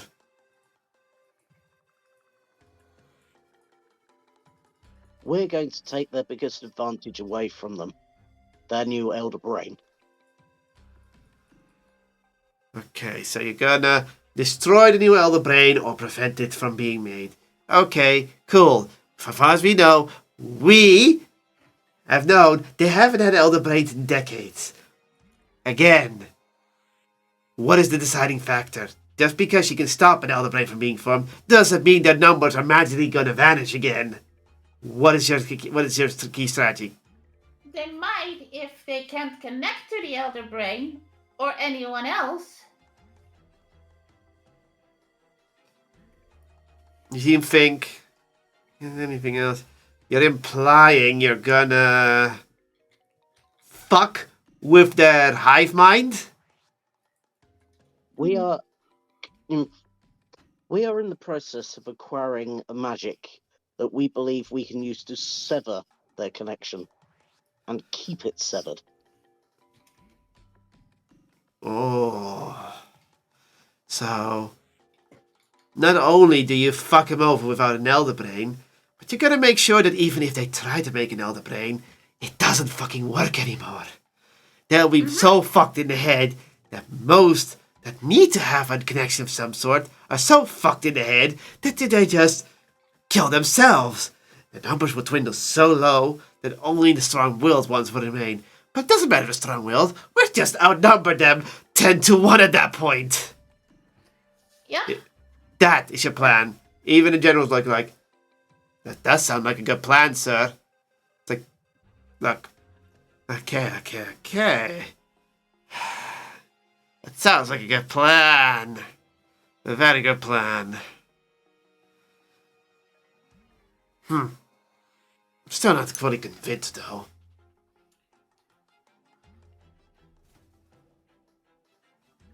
Well, one of the key elements of this plan, you may not even have to commit to a fight. Just essentially, by a show of force and strength, distract them long enough for us to sneak in and get the job done.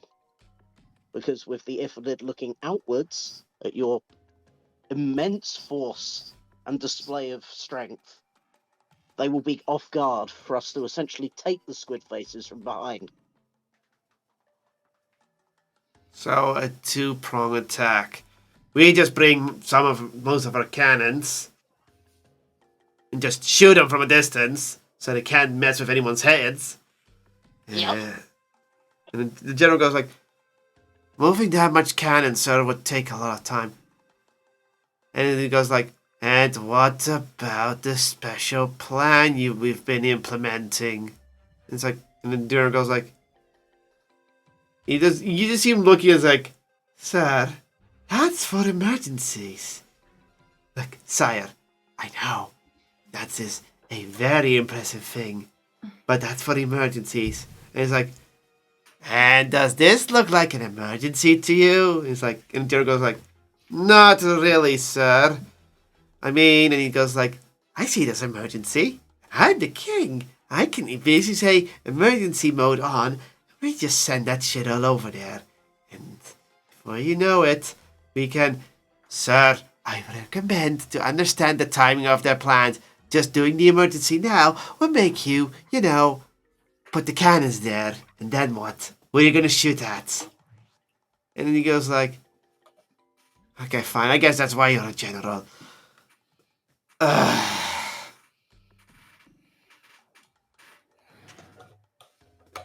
And then the general goes like, besides, they still have a gift to bestow you. You forgot the whole gift thing. It's like, look, I was just trying to get through this fast so I can go back and count some of my money. I like doing that. And he's like, sir. And the general goes like, you have people that count for you. He's like, yeah, those people who count for me sometimes try to steal my shit. He's like, the general just doesn't even speak up against that. He's like, he knows it's going to be circular logic. Would you take your majesty's hobby away?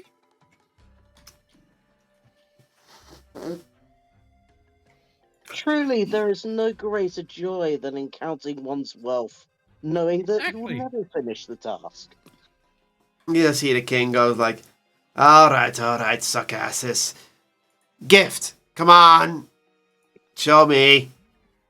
And of course, to seal this alliance, and I will pull out the blue bottle of ale, and I will make a show of presenting it to His Majesty. He looks at the servant near the throne, snaps his fingers, points, And the servant just goes quickly away. And then it's like 1, 2, 3, 4, 5, 6, 7. And then you see the servant running up the stairs, half stumbling and holding up a chalice. Within 10 seconds. Excellent. You will get a pretty good ale tonight with your dinner. And it's like, thank you, sir. And goes back down. All right. Pour it in. And remember, if I start dying on the ground by rolling down the things, every fucking soldier in the city will kill your ass. So think well, if you're going to poison me. I would expect nothing less, Your Majesty. It would be an honor to be shot by a cannon. But alas, this is not going to do that. Okay. Lucas, do you go up there and pour him a drink? Of course. With haste. Okay. So you quickly go up there, pour him a drink. Do a dexterity check for me to see if you stumble or spill. Oh, shit. Oh god. You said with haste. I bet it isn't getting there. I'm going to be careful pouring. Not that much. Yes, I'm gonna be You careful just pour the pouring. drink in fine. You don't embarrass yourself at all. God, that'll be on me. Let me pour it in for you, sir, as it goes completely misses the gauntlet. On the floor. And he's like, good. Now. Doesn't smell poisonous at all. Smells feel strong. Oh. It knows. Puts the chalice down on the side of his thing. Sits down and goes,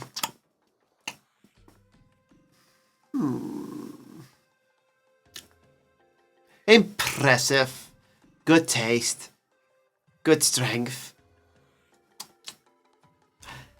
It would impress a lesser king. But me? I'm mildly impressed.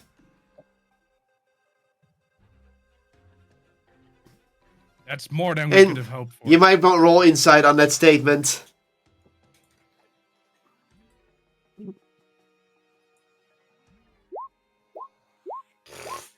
What is with my rules today? Papi, you think he's just telling the truth. He doesn't seem that impressed. Lucas, under the beard, you see a smirk and you realize that he did kind of like it. Emberlyn, Osius, the guy fucking lied for his teeth. He's just keeping up appearances to his people that he's a better king than the last one. But in truth, he actually loved it. By the Maybe way- we can arrange another bottle at some point in the future. Winks. He's like, yeah, better stuff than this. Yes. Yes, we will see the Chimerians brew a superior draft and name it in your honor. How much I love homebrew Drugar. Sometimes outsiders just understand the finer details. Okay, fine. You gave me a good drink. You've respected my court as good as outsiders are gonna get. I mean, I wasn't gonna expect you to kiss my boot or something like that. That is kind of Your ridiculous. Majesty, I would gladly do that if that would appease you. Tempting, but no. But either way, let's discuss the details then. How is this plan exactly going to work? You're going to do something to mess with their heads. I need more details, like, as the general says, the general probably will say, time of day exactly and such. Because we have no clue. Do we wait for some signal? How much do you need? Come on. Numbers. Dates. I guess this would be the point where I go into detail regarding the drow that we've already arranged to meet, the spell. Yeah. Mhm.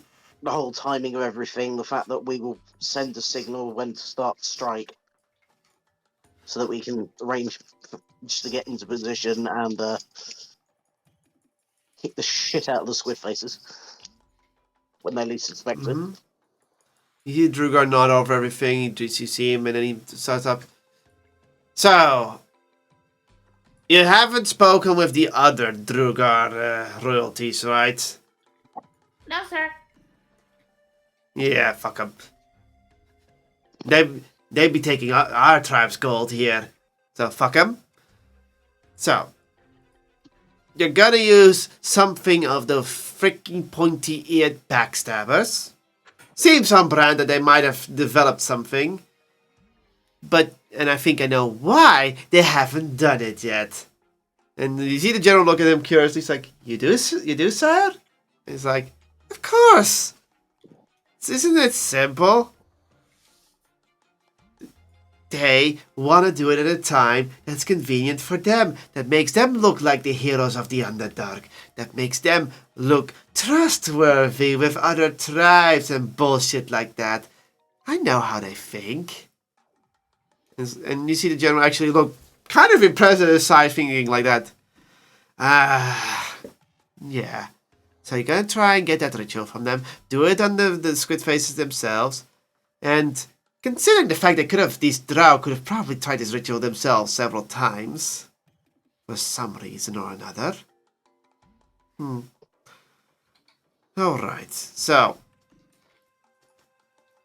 let me get this fully straight.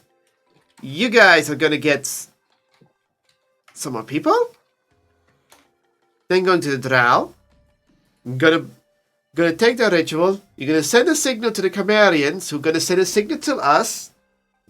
We're gonna bomb the shit out of on those fucking squid faces. Keep them all looking our way. You're gonna find a back door of some sort, and then you're gonna find where they're making his elder brain shit, and fuck with that ritual, or if it's already there, fuck with that elder brain, and mess with their heads so much that their numbers will dwindle by so much that basically I can send the stupidest armada in with as much cannons and they will blow the shit out of them. Correct? Yep. Yep. And basically. we get to take all their squishy land in hopes of finding gold. And Correct. whatever Sounds like a other brilliant plan. minerals there are for you to take. One more condition. And this I is would expect nothing less. What is your condition, Your Majesty?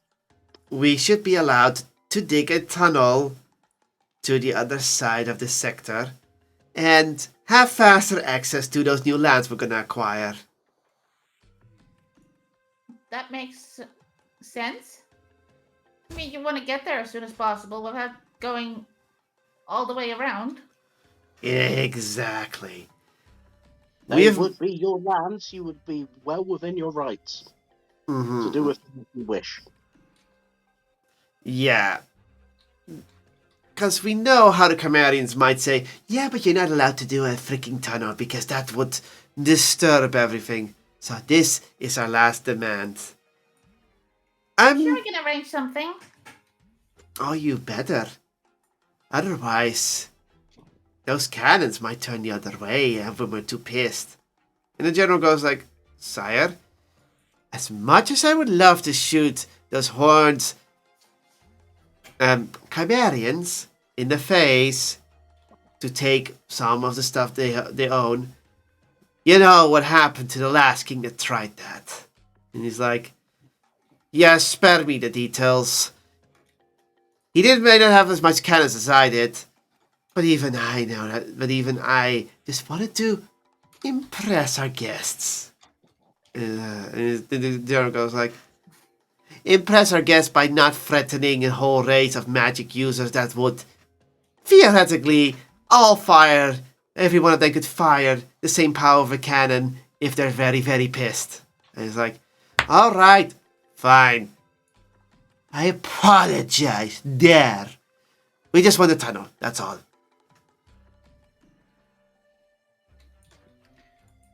Okay. A Okay. tunnel you should have. Okay. We didn't take it the wrong way. It's all good. Yeah. No apology necessary. There is one small question. And this has to do with what we know of the Camarians.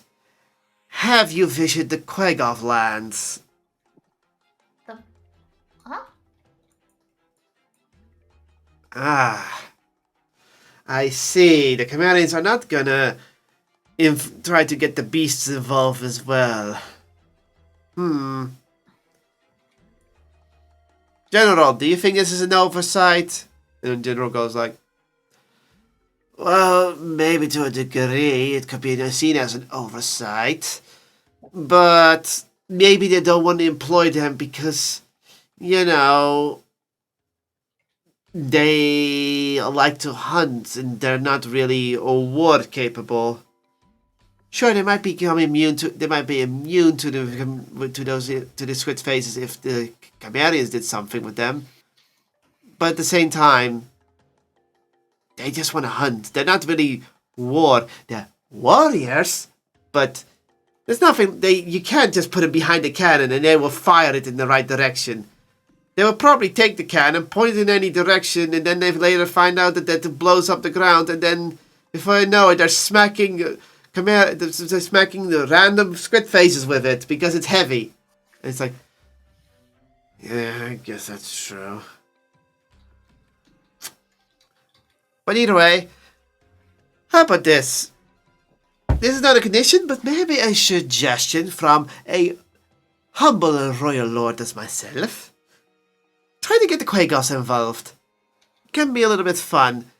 I don't say have them join us in the front lines, but maybe, just maybe, they could give you some sort of way of dealing with the squid faces. Or they find another path. Or maybe if you know, they like hunting. Perhaps if you have trouble getting to the drow, you could ask them.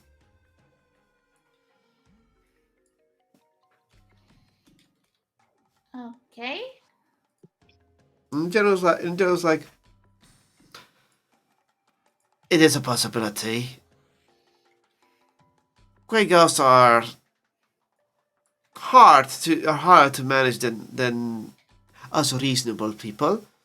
But if there's someone who knows stuff about the Underdark that nobody else knows, it should be them. And Camarians do have a good standing with them. They did assign their hunting grounds. So perhaps you should try to visit them. I guess. It is a grand proposition that shows your great wisdom, Your Majesty. We will consider it immediately. All right. I permit you to stay in the city as long as you need to get on your journey.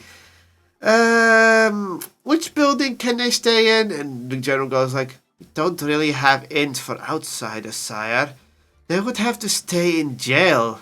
And it's like, then we make it the most comfortable jail we have at the moment. At least they have a place to stay. Just don't lock the door. And he's like, fine, we'll take him down to the local war prison. And, well, there's nobody there at the moment anyway, so we can make it nice.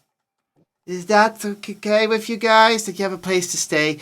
You will not be sleeping on any shitty bed. We'll just get some nice cushioning and everything from the fancy places. And yeah, you have to be staying in a cell because otherwise you'd have to stay in an inn.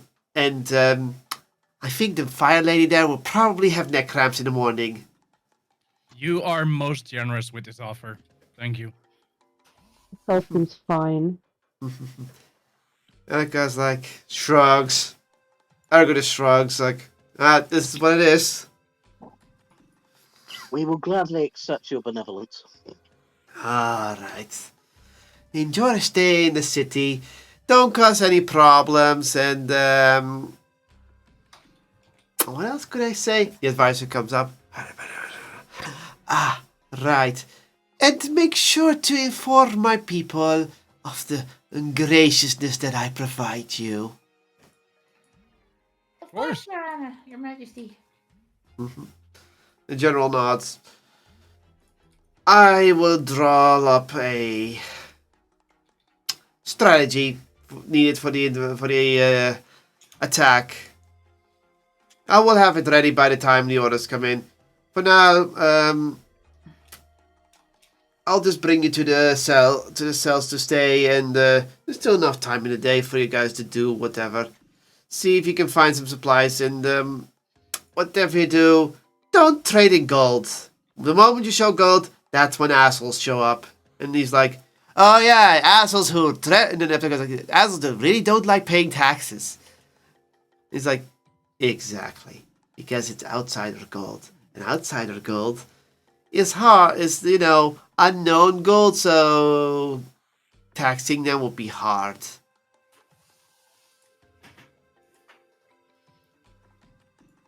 Maybe some sort of exchange office would be wise if you would have more outsiders in the future. And the advisor didn't write that down. You see him writing it down.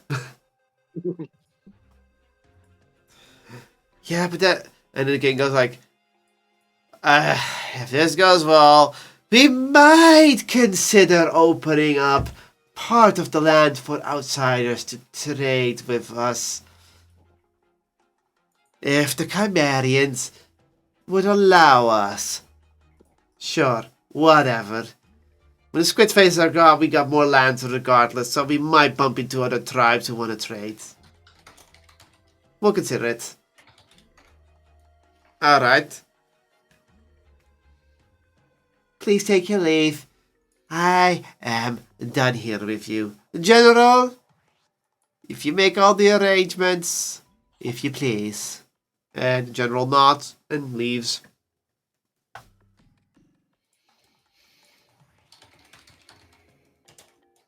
We follow, I guess. Yeah. Mm-hmm. I see no reason not to. Yeah. So you all leave the palace and head back into this area. And he's like, and the general goes like, all right, you pleaded your case well, outsiders. And the jail cell is, well, just to your right over here. Pretty much the building. So this is the military building, and this is the building he's going to point to. Let's see here. He walks to the front of the building, and then you see a door that would be big enough to fit someone of at least 4 meter size. He's like, he opens the door. Jail. He leads you inside, and inside are indeed some jail cells that are meant for pretty tall people, but you would fit in just fine. It still is, well, jail cells, and he's like, this is the place. These doors are open for you, like everything is unlocked, it's fine. The guard looks at the general's like, is this the point? It's like, yes, the king said so. They are your guests. We don't have an inn to fit them. So they're going to be sleeping in the jail cells as personal rooms. And he's like, but sir, what about me? And he's like, you're relieved from duty. Just as long you'll be called back into duty when they leave. And he's like, can I get... No, you do not get free ale with it. Just enjoy your time off. He's like, okay. And the jailer just leaves his post. Alright. Look, right now, they're shitty cells. Let me just get some people to make it better. But at least you know the place now, right? Yes, sir. Okay. You're now free to do whatever you want in the city. If you leave the city, however, and the guards will notice it, you're in deep shit. Don't leave the city until you've at least stayed one night. If you leave immediately, you would insult the king in some sort of way, and... well, let's be real, don't insult the king. All right. Mm, okay. Okay. So, he's like, dismissed, and he heads out. Bye. Oh, that went better than expected, I feel. Yeah. Mm-hmm. He didn't throw it to the lions or anything.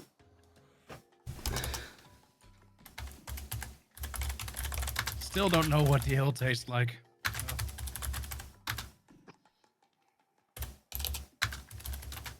To be fair, it was ale meant for a king. Well, he When you- did really like it. But when you acquire a crown, I shall get you a bottle. Ooh. Time to make one out of wood. Indeed, it's easy to acquire a crown. What would Ozzy be king of? Silver? Compasses. I mean, at least he can't be Direction. poisoned. Mm-hmm. He will be king of the West. King of directions. Well, he can't be king of the fairies because that would make someone really, really angry.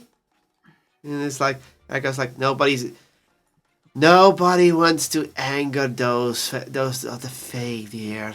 It's like, and she's like, and the fairy goes like, well, maybe he was thinking it because he's silver like me. And Erica's like, just because he's silver doesn't, it's never mind. So, negotiations went well. And, what's our next step? Because we're basically stuck in this city for at least a day due to the king being so gracious. And in the end, the jail cells are still technically a jail cell because we can't leave. Well, I guess we just wait. Well, beats sleeping on the cobbles with a rock for a pillow. I suggest we take advantage of the relative comfort. Might be an idea to send a message back to the Chimerians and ask them about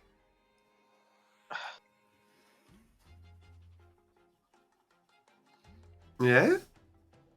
That's not what bad. was it? Is it the Quacker? The Quake Off, yeah. Yeah. See if maybe they want to reach out. Does anyone know message? Message isn't going to do. Cut it. Sending, sorry. Does anyone know sending? Yeah. Do we not have a sending stone? Do you? I'm pretty sure someone had one. I just don't remember who. Does anyone have a sending stone that could contact the Chimerians? Check your inventory. I think I so. feel like if anyone had that, it would be Poppy. Mm-hmm.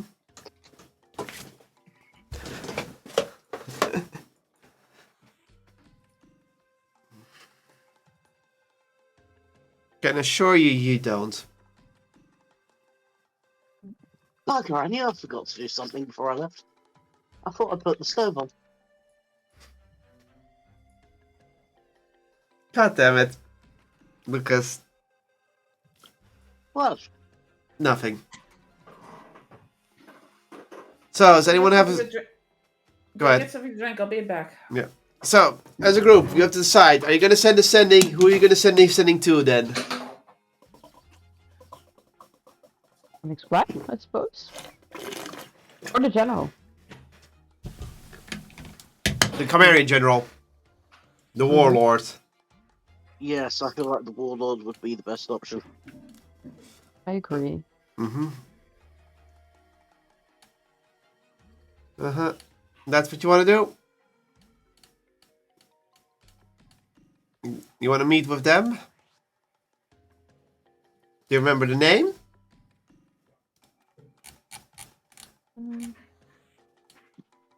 I'm looking for it.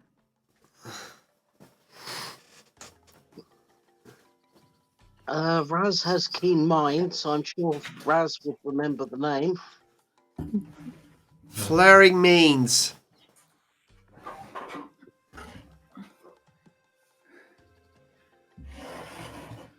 Ah, sorry, mate.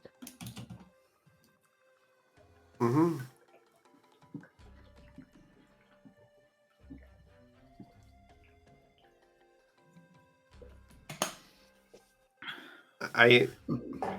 So, do you want to contact Flaring Mains? Be wise, right? Huh? Yeah, But Osius has to do it. Yeah. Okay. Osius, do you want to contact Flaring Mains? Sure, but I don't know what to say. Exactly. So that's the next part. What do you want to say? Well, I suppose we should ask him whether we should involve the Quig of land and the beast that lives there. it's 25 words, I believe, is the net we're sending. Mm-hmm. Maybe do it like Telegram style, like for example, mission accomplished. We're advised to seek out Quagov. Something like that. Like keep it short, keep it simple.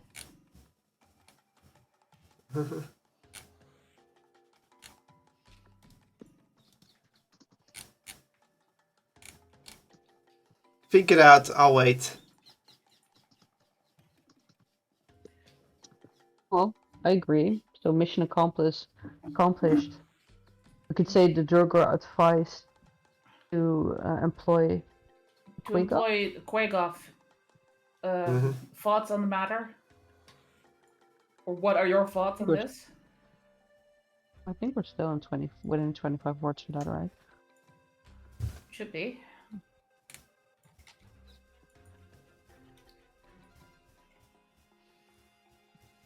Okay.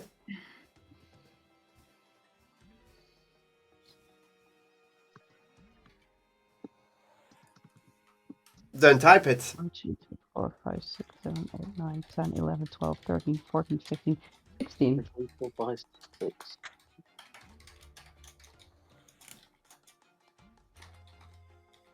I've got 17 words here.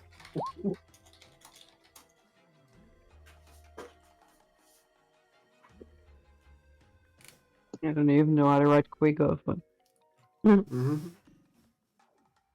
I would assume it is QUA, but I don't know.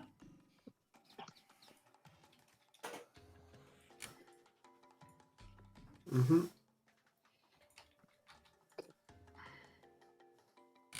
oh, Quig of. Oh, okay, never mind. Wait. Did not.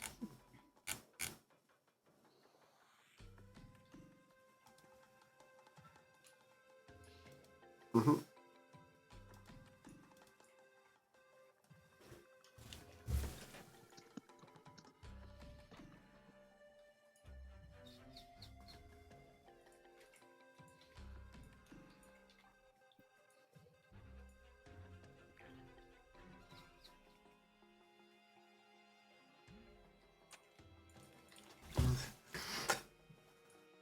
Is that what you want to do? I'm just waiting for you to decide.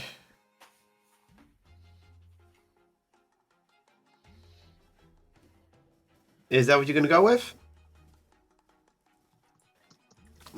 You all agree? That's what I came up with. Just under 25 words.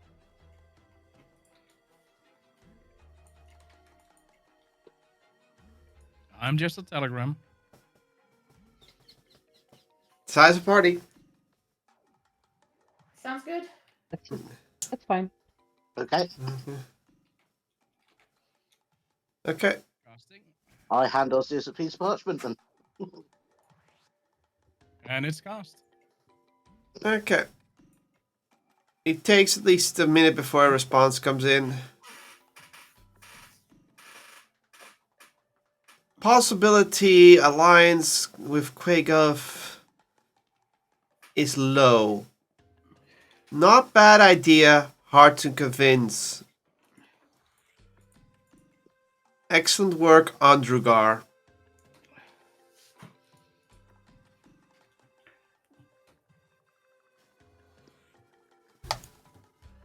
Yeah, chances are low that they're going to accept, but we should try it. And their compliments for convincing these people here.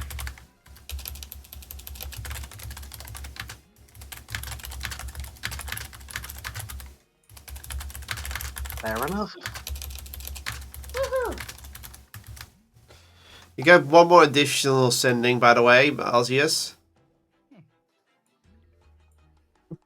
When entering Quagoff territory, prepare to fight. Okay.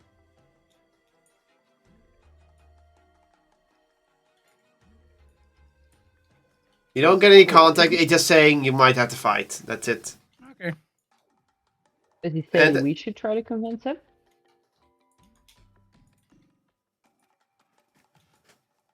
Well, it's most logical that it's us. You might inside the context of the message if you want. Okie dokie. Okay. Can we all do that, or only Yes. Alcius? No, everyone. If he shares the message, everyone can do it. Yep. Insight. Oh, finally I got a good roll. Jeez. Fairy and Erica stay out of it. Actually, Erica's gonna join in that. Just wonder what she thinks about it. I guess Lucas will be too busy writing things down. Okay. Lucas, you just think that the Quagoff are just gonna attack anyone in general when they enter the territory. That's all you can think about it. Emberlyn, Ozzius, you both think about it for a moment, and yeah, you're gonna enter, you're gonna fight, but you also then remember that these are hunters, so the reason you might have to fight is because you're seen as prey. And as a prey, you're gonna have to show that you're not prey, but you're also a predator. This is race. Poppy, with your bit of knowledge about how nomadic tribes works, because you probably have some studies about it. You might think that the Quagoff hunt a lot. You've heard that they hunt a lot. So just think and you just decide that Flaring Mains knows that the Quagoff will fight you regardless of what they see, because you're in their territory, therefore you will fight. You might not see it. You might see it as defense, but at the same time, you might also see it as them testing whoever is in their territory. And Erica just sits there and thinks, and just speaks up and says, "Yeah, the Quagoff need to be shown who's the boss." Okay, so we just attack first then? But make it non-lethal? Perhaps so. The history of the Quagoff is quite tragic, and to see that there are possibles to free Quagoff indicates that these Quagoff have only seen strife only a few times. If you want to roll a history check about the Quagoff, you may, but remember, you're not from the Underdark, so you're going to have to roll high. That was a fail. Mm.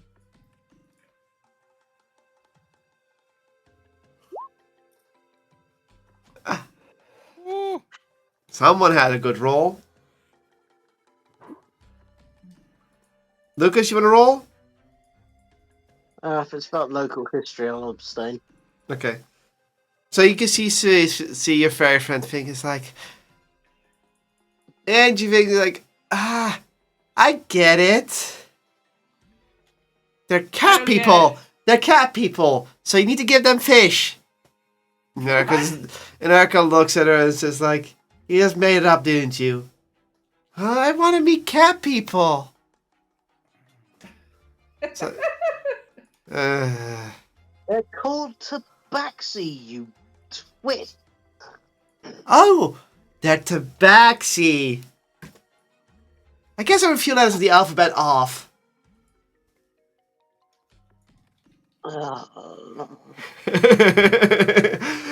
Very migraine. Poppy, you try to think of the local history here and you're like, no, you don't get it. Ozius, you try to think about the history of the Quagoff and the only thing you can think it's Underdark, people are mean to each other. No, you don't get it. Amberlin, 26. You try to imagine things and the Quagoff are mostly nomadic tribes if they're free and natural, but any other Quagoff mostly gets their tribes enslaved by either by the Iflit, by the Drow, and even sometimes the Drugar. Basically put, these guys are aggressive fuckheads, as they're very territorial, but they're also easily dominated by almost any other intelligence race within the Underdark, and mostly used as workers or bodyguards. They're not very intelligent. That is one of their main weaknesses. But they're not easily mind controlled. And you even remember that most of the magics that they use are based of psionics. As in mind magic. So, Right. while they're stupid, their minds are pretty powerful. Do I know how they're being dominated? They just get their asses kicked because everyone's smarter than them. So indeed, kick their ass and don't kill them. Yeah, just out. They're easy to outsmart. Like Do we know where to find them? Oh, we should ask about that, friend. you have a map of the local area. Oh. I like to point out, if you look at the map, Oh, for the territory, yeah. it's been there. It's been. Where is it? So where is it?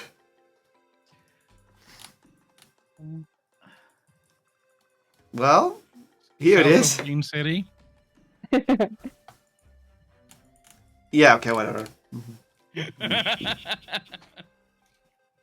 You get And it. South for Aussie is basically in that direction.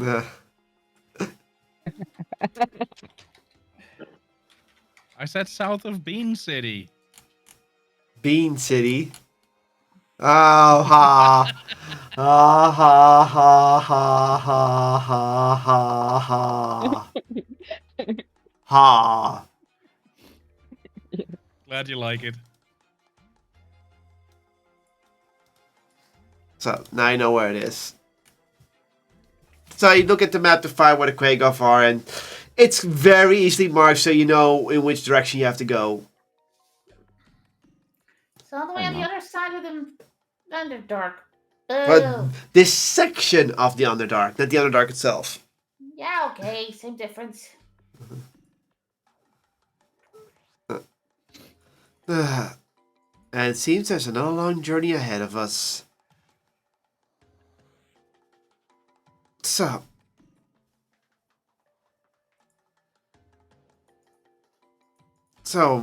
what are you gonna do now? Sleep, Well, maybe? I'm still interested in the Tomb of the Grey and the test in there. You're technically in the gray area, so you had your audience with the king and the general, but they're both now preoccupied with things. So how do you want to gain information about that? Yeah, I didn't want to disturb the success we were heading towards. Well, maybe you can ask Alright. questions. Maybe you can find Yeah. things out. Could just ask around. So do you want to go into the Military city? people Do and just ask. you want to go into the city? We need to eat anyway. That's good. We can combine that. We just don't pay in gold. We do it in silver. Or gold, and ask those people about it. Ooh. We have been so specifically instructed not to give gold. I know, because assholes would show up. That would be interesting. Wait, we are the assholes. Exactly. Yeah, because I like think that's a good idea. I What think could possibly go wrong? Erica goes like, I think they mean people who want to scam and steal.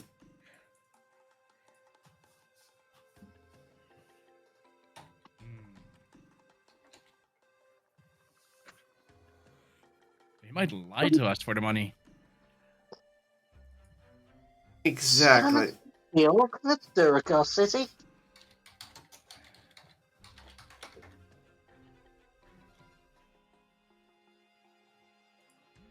So what's the plan?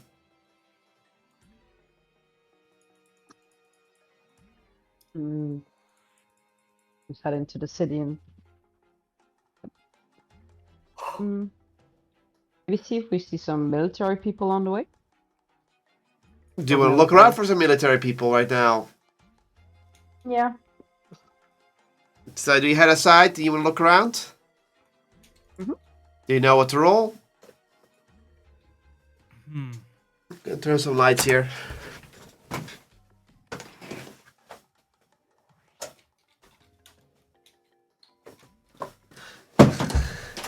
By the way, it was a perception check you have to roll. Yeah, I did kind of. Kinda want to ask something to the palace guard.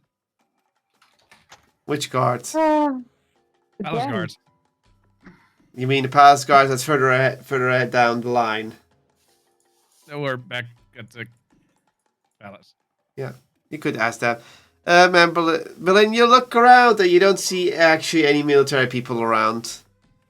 I understand. Yeah. Again. Oh. Not one. That's your third one this session. Your luck is all over the place today. My third one, yeah, indeed. Yeah, it So- was 2.5 an hour. Yeah. So Arceus, do you actually go to the palace guards at the boat? Okay, naturally they're gonna stop you by crossing axes and says like, I don't believe you have an appointment with the king, do you, shiny one? No, that's why I wanted to talk to you guys. What do you mean talk to us? Okay, so we've been advised not to purchase anything with gold because of, well, this is unmarked, so untaxable. But how would we pay for food? Silver. Everyone trades unmarked silver into gold here. Oh, okay, so silver is still fine. Yeah. Like, I thought maybe that silver would be so devalued here that it would make sense to pay another way. But okay, no, that's fair. so you think it's devalued here because we don't really care about silver? No. We don't really care about silver, but it's still good to have silver because of the value we can change it back into gold. So we keep the gold standards in place. We just don't Very care. good system. Thank you very much for explaining this to me. Yeah. I'll walk away. Okay. So you know that silver is just still worth as much as gold as always. It's just they don't want to do with the unmarked gold. Well, gold is more valuable here for the sense of economics. They just have the same gold system in silver to gold system in here. Thought comes to mind then. How much silver is a gold piece worth here? Because obviously, if 10.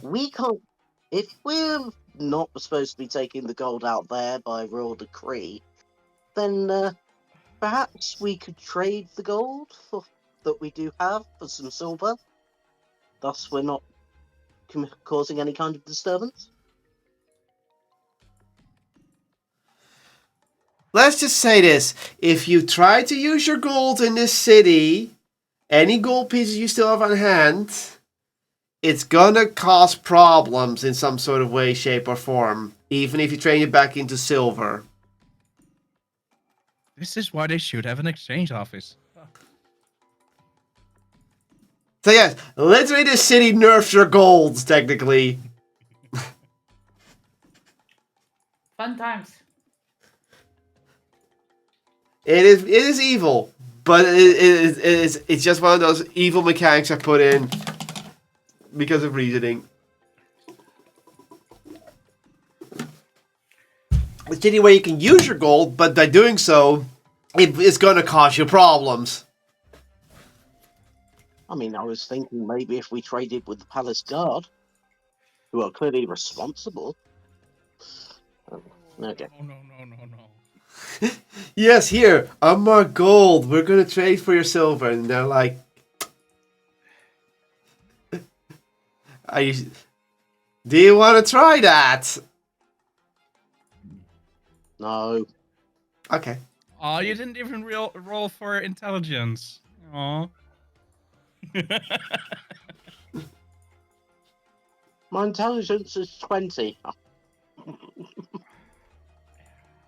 Wisdom?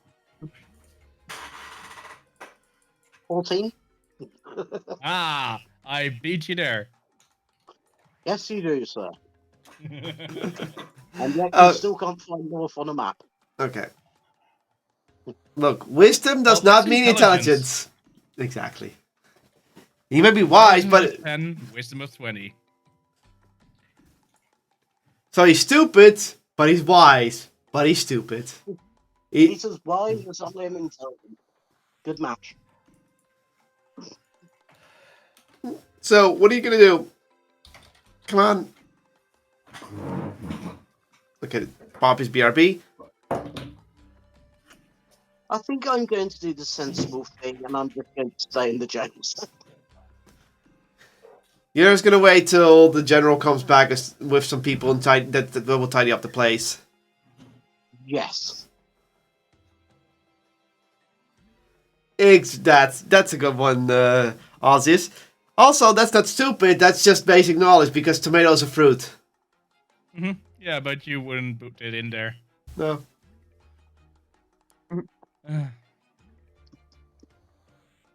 Well, time to get dinner. Or wait, what time is it? It's so dark in here. Let's get food. You may need to roll nature check to get an idea of what time it will be. Oh, I didn't expect it. Emberlyn, you look at you think for a moment and you try to feel out the time and it's like, guess it's at least past morning. Ozzius, you would think it's somewhere past noon, maybe a little bit further down noon. Brunch And for time. lunch. Mm-hmm. Yeah. Let's just get food. Okay. We'll have to find a place to get food first. You have no idea in the But city. No, I'll let you search because I just searched for something and I don't think I'm really up to it at this point. So I'll follow you. Okay, Ozzy's and Emberlyn are gonna go off. So I'm just gonna put you over here. Lucas stays over here. What would Erica do? I think she's gonna remain here. She's gonna remain with Lucas because she's gonna do some research. She doesn't seem to want to attend to Drugarian methods. The fairy. Is staying put whether or not we have to chain her to the bars or not? Do you want to entertain it, Lucas? Do we want to entertain chaining her to the bars? Don't tempt me. I need a yes or a no. No, I'm not going to chain her to the bars. I might threaten it, but not stupid enough to try it. Aw. But are you going to try to entertain it to stay here? Oh, yeah, I'm going to try and entertain her and keep her staying here. Okay, so that means they're staying. They only need I'll give Poppy's them- response when they're back. I'll give her the ferret to play with.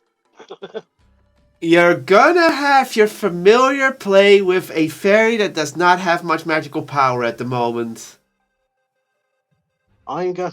If needs be, I will give her my familiar as a pet and fuss and play with. Yes, and I'm sure the familiar will hate me for it.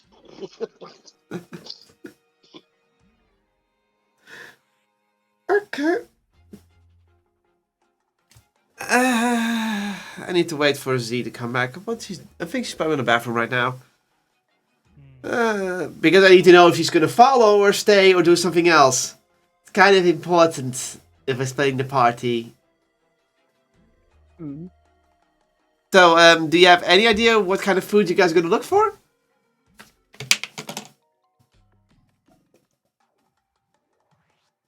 I'm not picky. Mm-hmm. Do you have any specific taste today, Osius? Fish. That's not possible here. It's possible, but really hard. You could go ask for some of those underdeer you were on about earlier. I'll probably go for some street food or something. Don't really want to go into the venue where I probably don't fit comfortably. So you don't want to go to find the underfish in the underdark. Oh wait, No. that would just be Kuatoa. You're like, I don't want to eat Kuatoa. I don't know where it's been. Well, I know where it's been, but I don't want to eat it. Nah.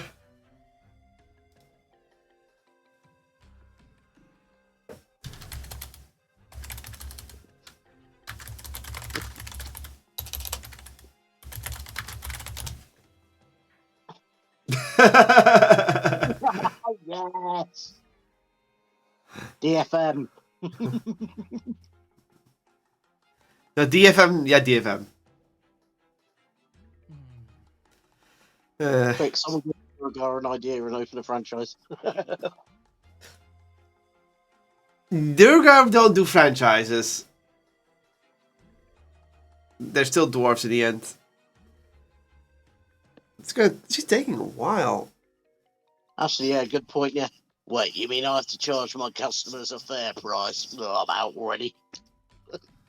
This is my establishment. What, you want to open up a similar place? What do you think is this? This is my pride and joy. If we're gonna open up, I'm gonna open up and take all the profit myself. Don't want to share it with a little jerk like you taking my idea. If you want to do it, you're just gonna give me all the money, and you just get your fair share. Piss off. Take it or leave it.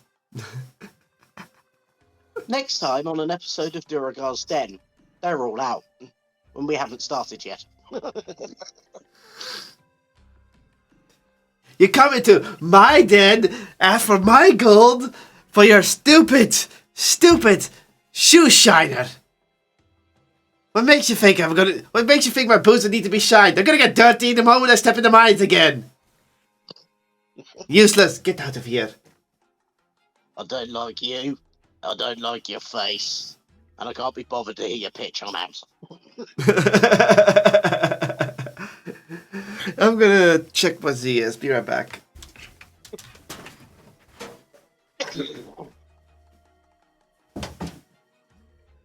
Yeah, bathroom. Bathroom, and it's gonna take a little bit. Awkward waiting time. So, is this the moment where you want to ask your DM some questions, or maybe ask about stuff in your inventory? Yeah, I'd have something Oh, I did actually want to ask about, so that's perfect. I have a scroll from Lich Island, which I couldn't read at the Yeah. time, but yeah. now I can read any language, so I am allowed to attempt that at some point, right? To actually read it now. Yes. Okay. Oh, that scroll. It's been a while. I did not forget about it. I have it. Let me see. Yeah, I have it right here. I still don't know what the iron cube with the runes is. Yeah, but you haven't tried anything with it lately. No. And why wasn't it even inside a tree to begin with? You don't even know that. But, you could take a look at it and think for a moment. And she's in the room.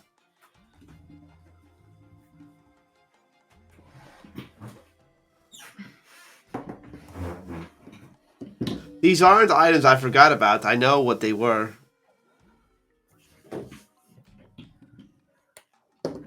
Runix cube? No, it's not a Runix cube. Stop it. I get some help. You there? You there? Yeah, now I'm here. We have the party is designed to do things. Raz remains behind. Right? Lucas remains behind with Erica and the fairy to keep the fairy busy. Emberlyn and Ozius are going out into the city to find food. What are you doing? I'm staying with Lucas and Erica. Okay.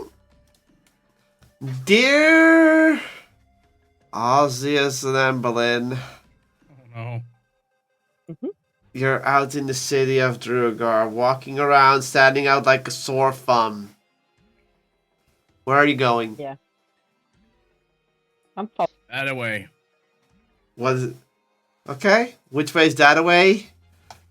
I don't know. Well, you're the one pointing, so you have to move your token. Oh god. Okay, you're going that way. Yeah, let's go to this frog. You're going to Le Frog. Okay, Ozius, you went to this large building. Why did you went there? It's big. Okay. There are Drugar in line at the doorway of the building.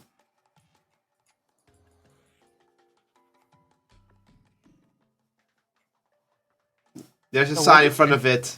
It's in Undercommon. The sign hanging out of it, it's in Undercommon. Does anyone read Undercommon of you two? I read anything. It literally says Payment and Tax Office. Oh. It doesn't sound like food. It says payment and tax office. Oh.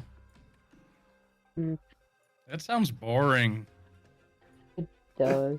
Let's continue. Somewhere else. Yeah.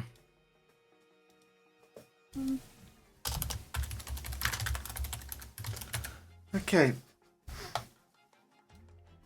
Flying would be effective. Oh, good idea. Oh god, do you want to fly around in the Drugar city? To find food, yes. Have you I tried guess just print- looking around for street vendors instead? That's no fun. I cast Twin Fly and Funnels and... Yeah, let's just... Okay, you guys can fly now.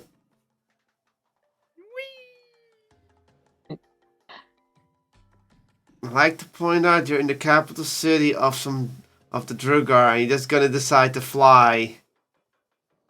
That's us. Yeah. Okay. What's wrong? Okay. Would there be any chimney we can go down? I'm just kidding. They're probably too small for you. Don't even attempt it, weirdos.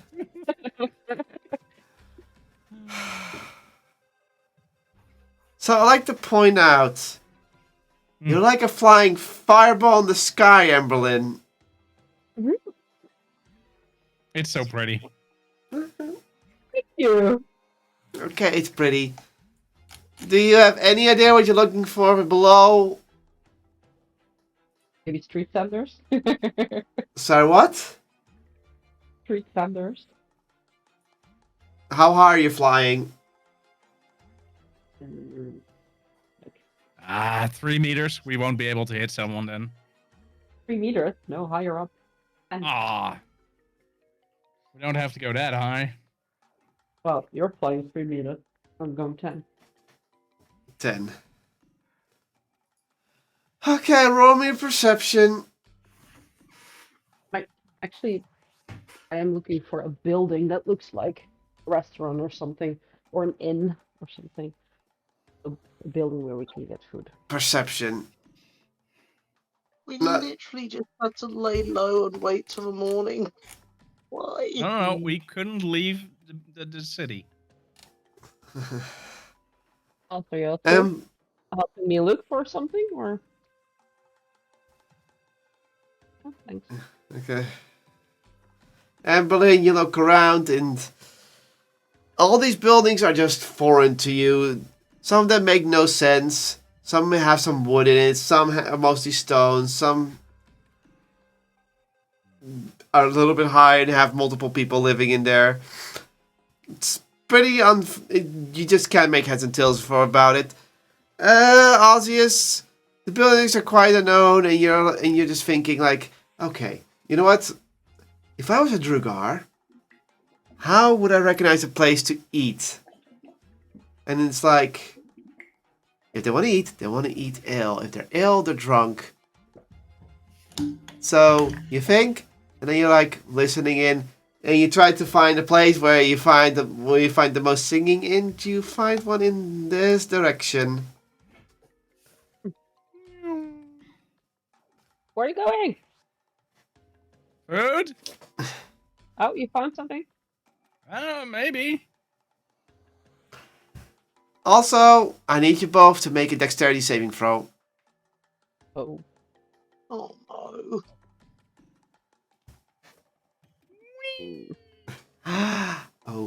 Oh. There.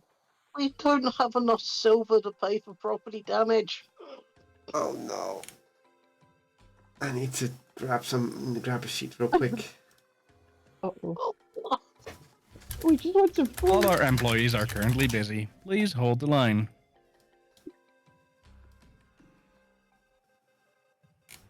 I start stealthing out the city very quickly. Okay. We'll cover up the insult to the king. We'll send More him fall all. damage? Oh yeah, you're taking damage. Oh, Oh God. no. So, as you two are flying around and mostly lit as a beacon, you barely see the incoming cannonballs being fired upon you because unknown flying objects. You both fail the check. You both take 30 damage of bludgeoning damage being shot by a cannon. What? Oh, okay. 30 for 0. Huh? 0. 30. Yeah. Yes. Oh, ouch. You're being shot by a cannon. Yes. Ouch. Yeah. And do we end up on the ground after being shot, or do we flying? Well, you probably you'll be shot. Since flight doesn't say that there's flight concentration. I'm afraid maybe. Let me check. I think so. Yes, it does. But save Con saving throw. Yeah. Okay. I love this game. 15 should be fine. Mm-hmm. So you both stay flying. Huh. Okay. Then I just yell in the direction that the cannonball came from. Do you know which direction the particle came from? Perception check. Well, we can feel where it came from. Yeah, but you're now a bit disoriented because you got hit by a fucking cannonball. I don't. Fine, grumble, grumble. Wow. Emblem, you have no idea. Arceus! This tower fires upon you. Fuck it. I'm flying towards it. What? Do you really want to do that? Yeah, good point. I'll cast Cure Wounds on myself first. Don't know. Lovely, launched a big silver boulder in all directions, sir. Fire again. Okay.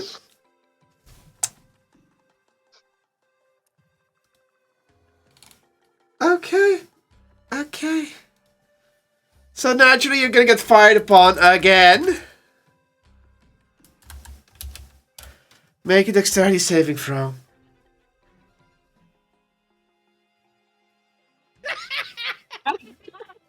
Oh, you're... Okay. And did you closer? Now it's the full damage. Why would you... You take 41 bludgeoning damage, taking another shot to the face.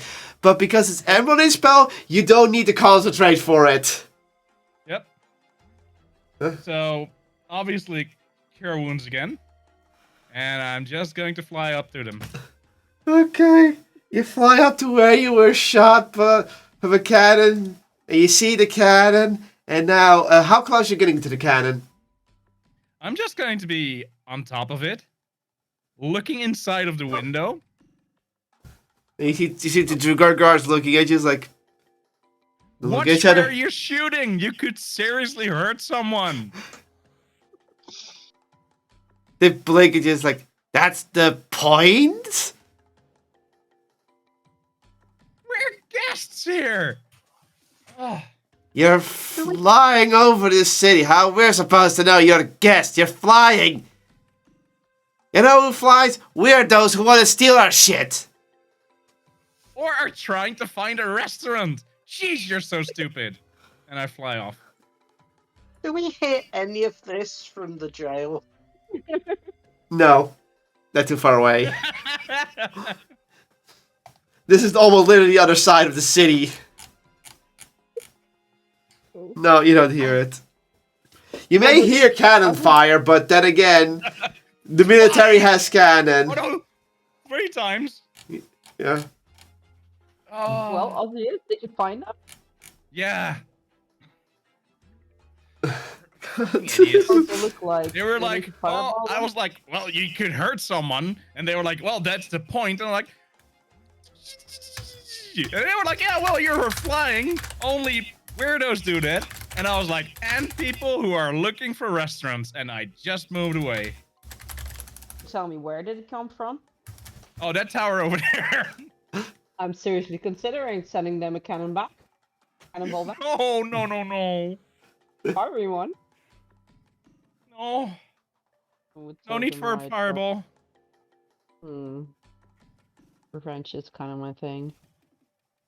Look, it's fine. I put my hand on your shoulder, cast Cure Wound. Oh. Let's get some food.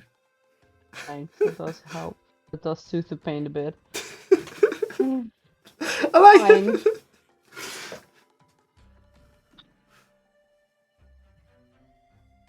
Got food. Of course. Gonna need a bigger cannon. That's the only inflection I'm gonna give you. They're gonna need a bigger cannon. So you find this inn where everyone is merrily singing. It's clearly a pub full of Drugar, drinking and having fun. And when you peek through the window, yes, there's also a lot of food. I knock on the window. They all look at you. They look curious. Take out. And they're like, what's a takeout? We could go inside and see if we fit if we just sit on the floor, right? I'll check the door if we can fit through. You can fit through the door, but you're gonna have to pretty much go almost nearly down on your knees and walk like that. You know what? I've got no shame. I'm going to do it. I'm not even complaining. So you're gonna do a What duck walk. material is Hell your yeah. roof made of? Stone. Oh no. Oh, good. so my hair doesn't burn on it. No. It doesn't if I willingly let it burn. This is clearly a chiseled out house. Okay. This is our building, so don't worry. So also this is dog walking. How are you gonna get in, Emberlyn? Being the tallest.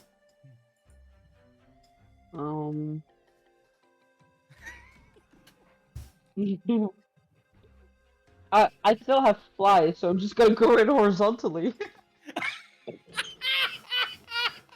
I guess flying like this works. The Durgar just freaked out for a moment. They're looking at you like... They're looking at both of you because this is not a normal sight. They're looking like, what? It's like, the other one goes like, am I that drunk or are you seeing this too? It's like, no, I think we're all there equally as drunk and seeing this at the same time. It's like, can we all be equally drunk and seeing the same things? Or is that just... And the barkeep's like, you're all bloody drunk and it's really happening. Shut up already.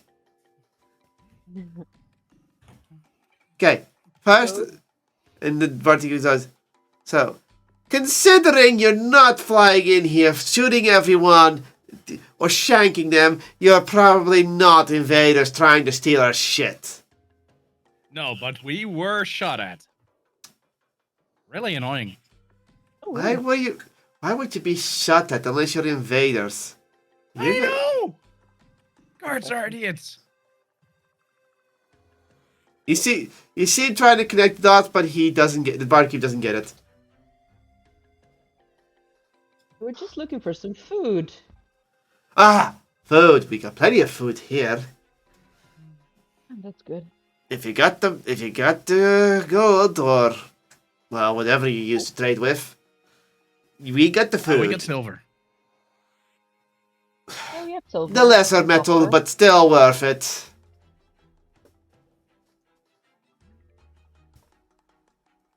Okay. Can we sit anywhere around here? Does it look like the seating is for your comfort? You look around. No. Also, you might be able to barely fit in one of the chairs, but if Emberlyn sits against it, her head will basically have to sit like this. And not create a chair for myself? In some way? Or pillow? Well, you could create it, but you'll still be sitting like this in the end. That's okay. I'm just gonna lay down and feel like a Greek person being fed, basically. I get that, Hax. Okay. So he's just gonna lay down on the ground, and all these drugs are looking at you on the ground, like, this day is gonna be a strange one. The barkeep goes like, if you think that's weird, guess what? You can still buy more drinks to forget. And you see all scrambling for the bar and all paying the barkeep for money. So like, where to?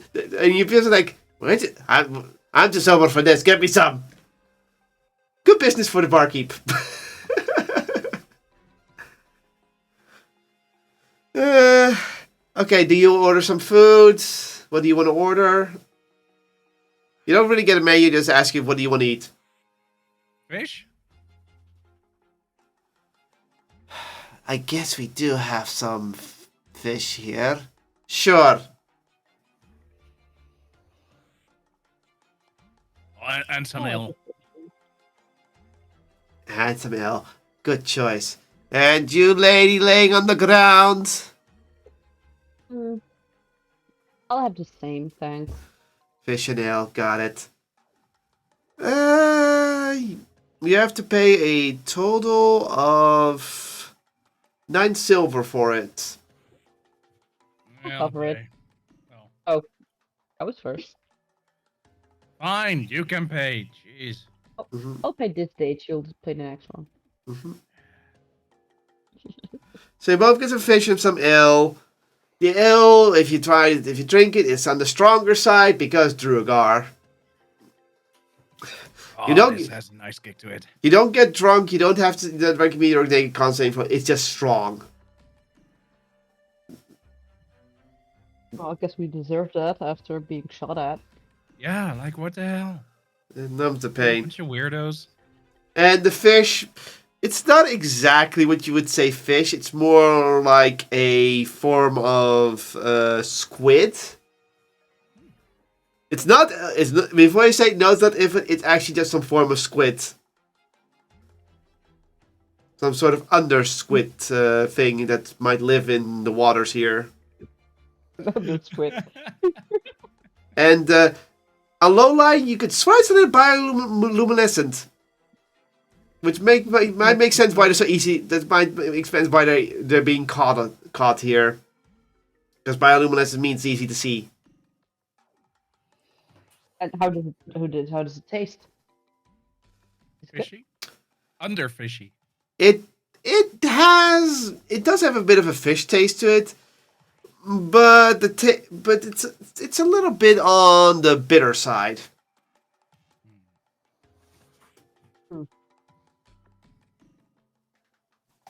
I like it. Something else. And I guess with that, we should call it for now before we do the jail cell blues thing. Is that okay with everyone? Sure.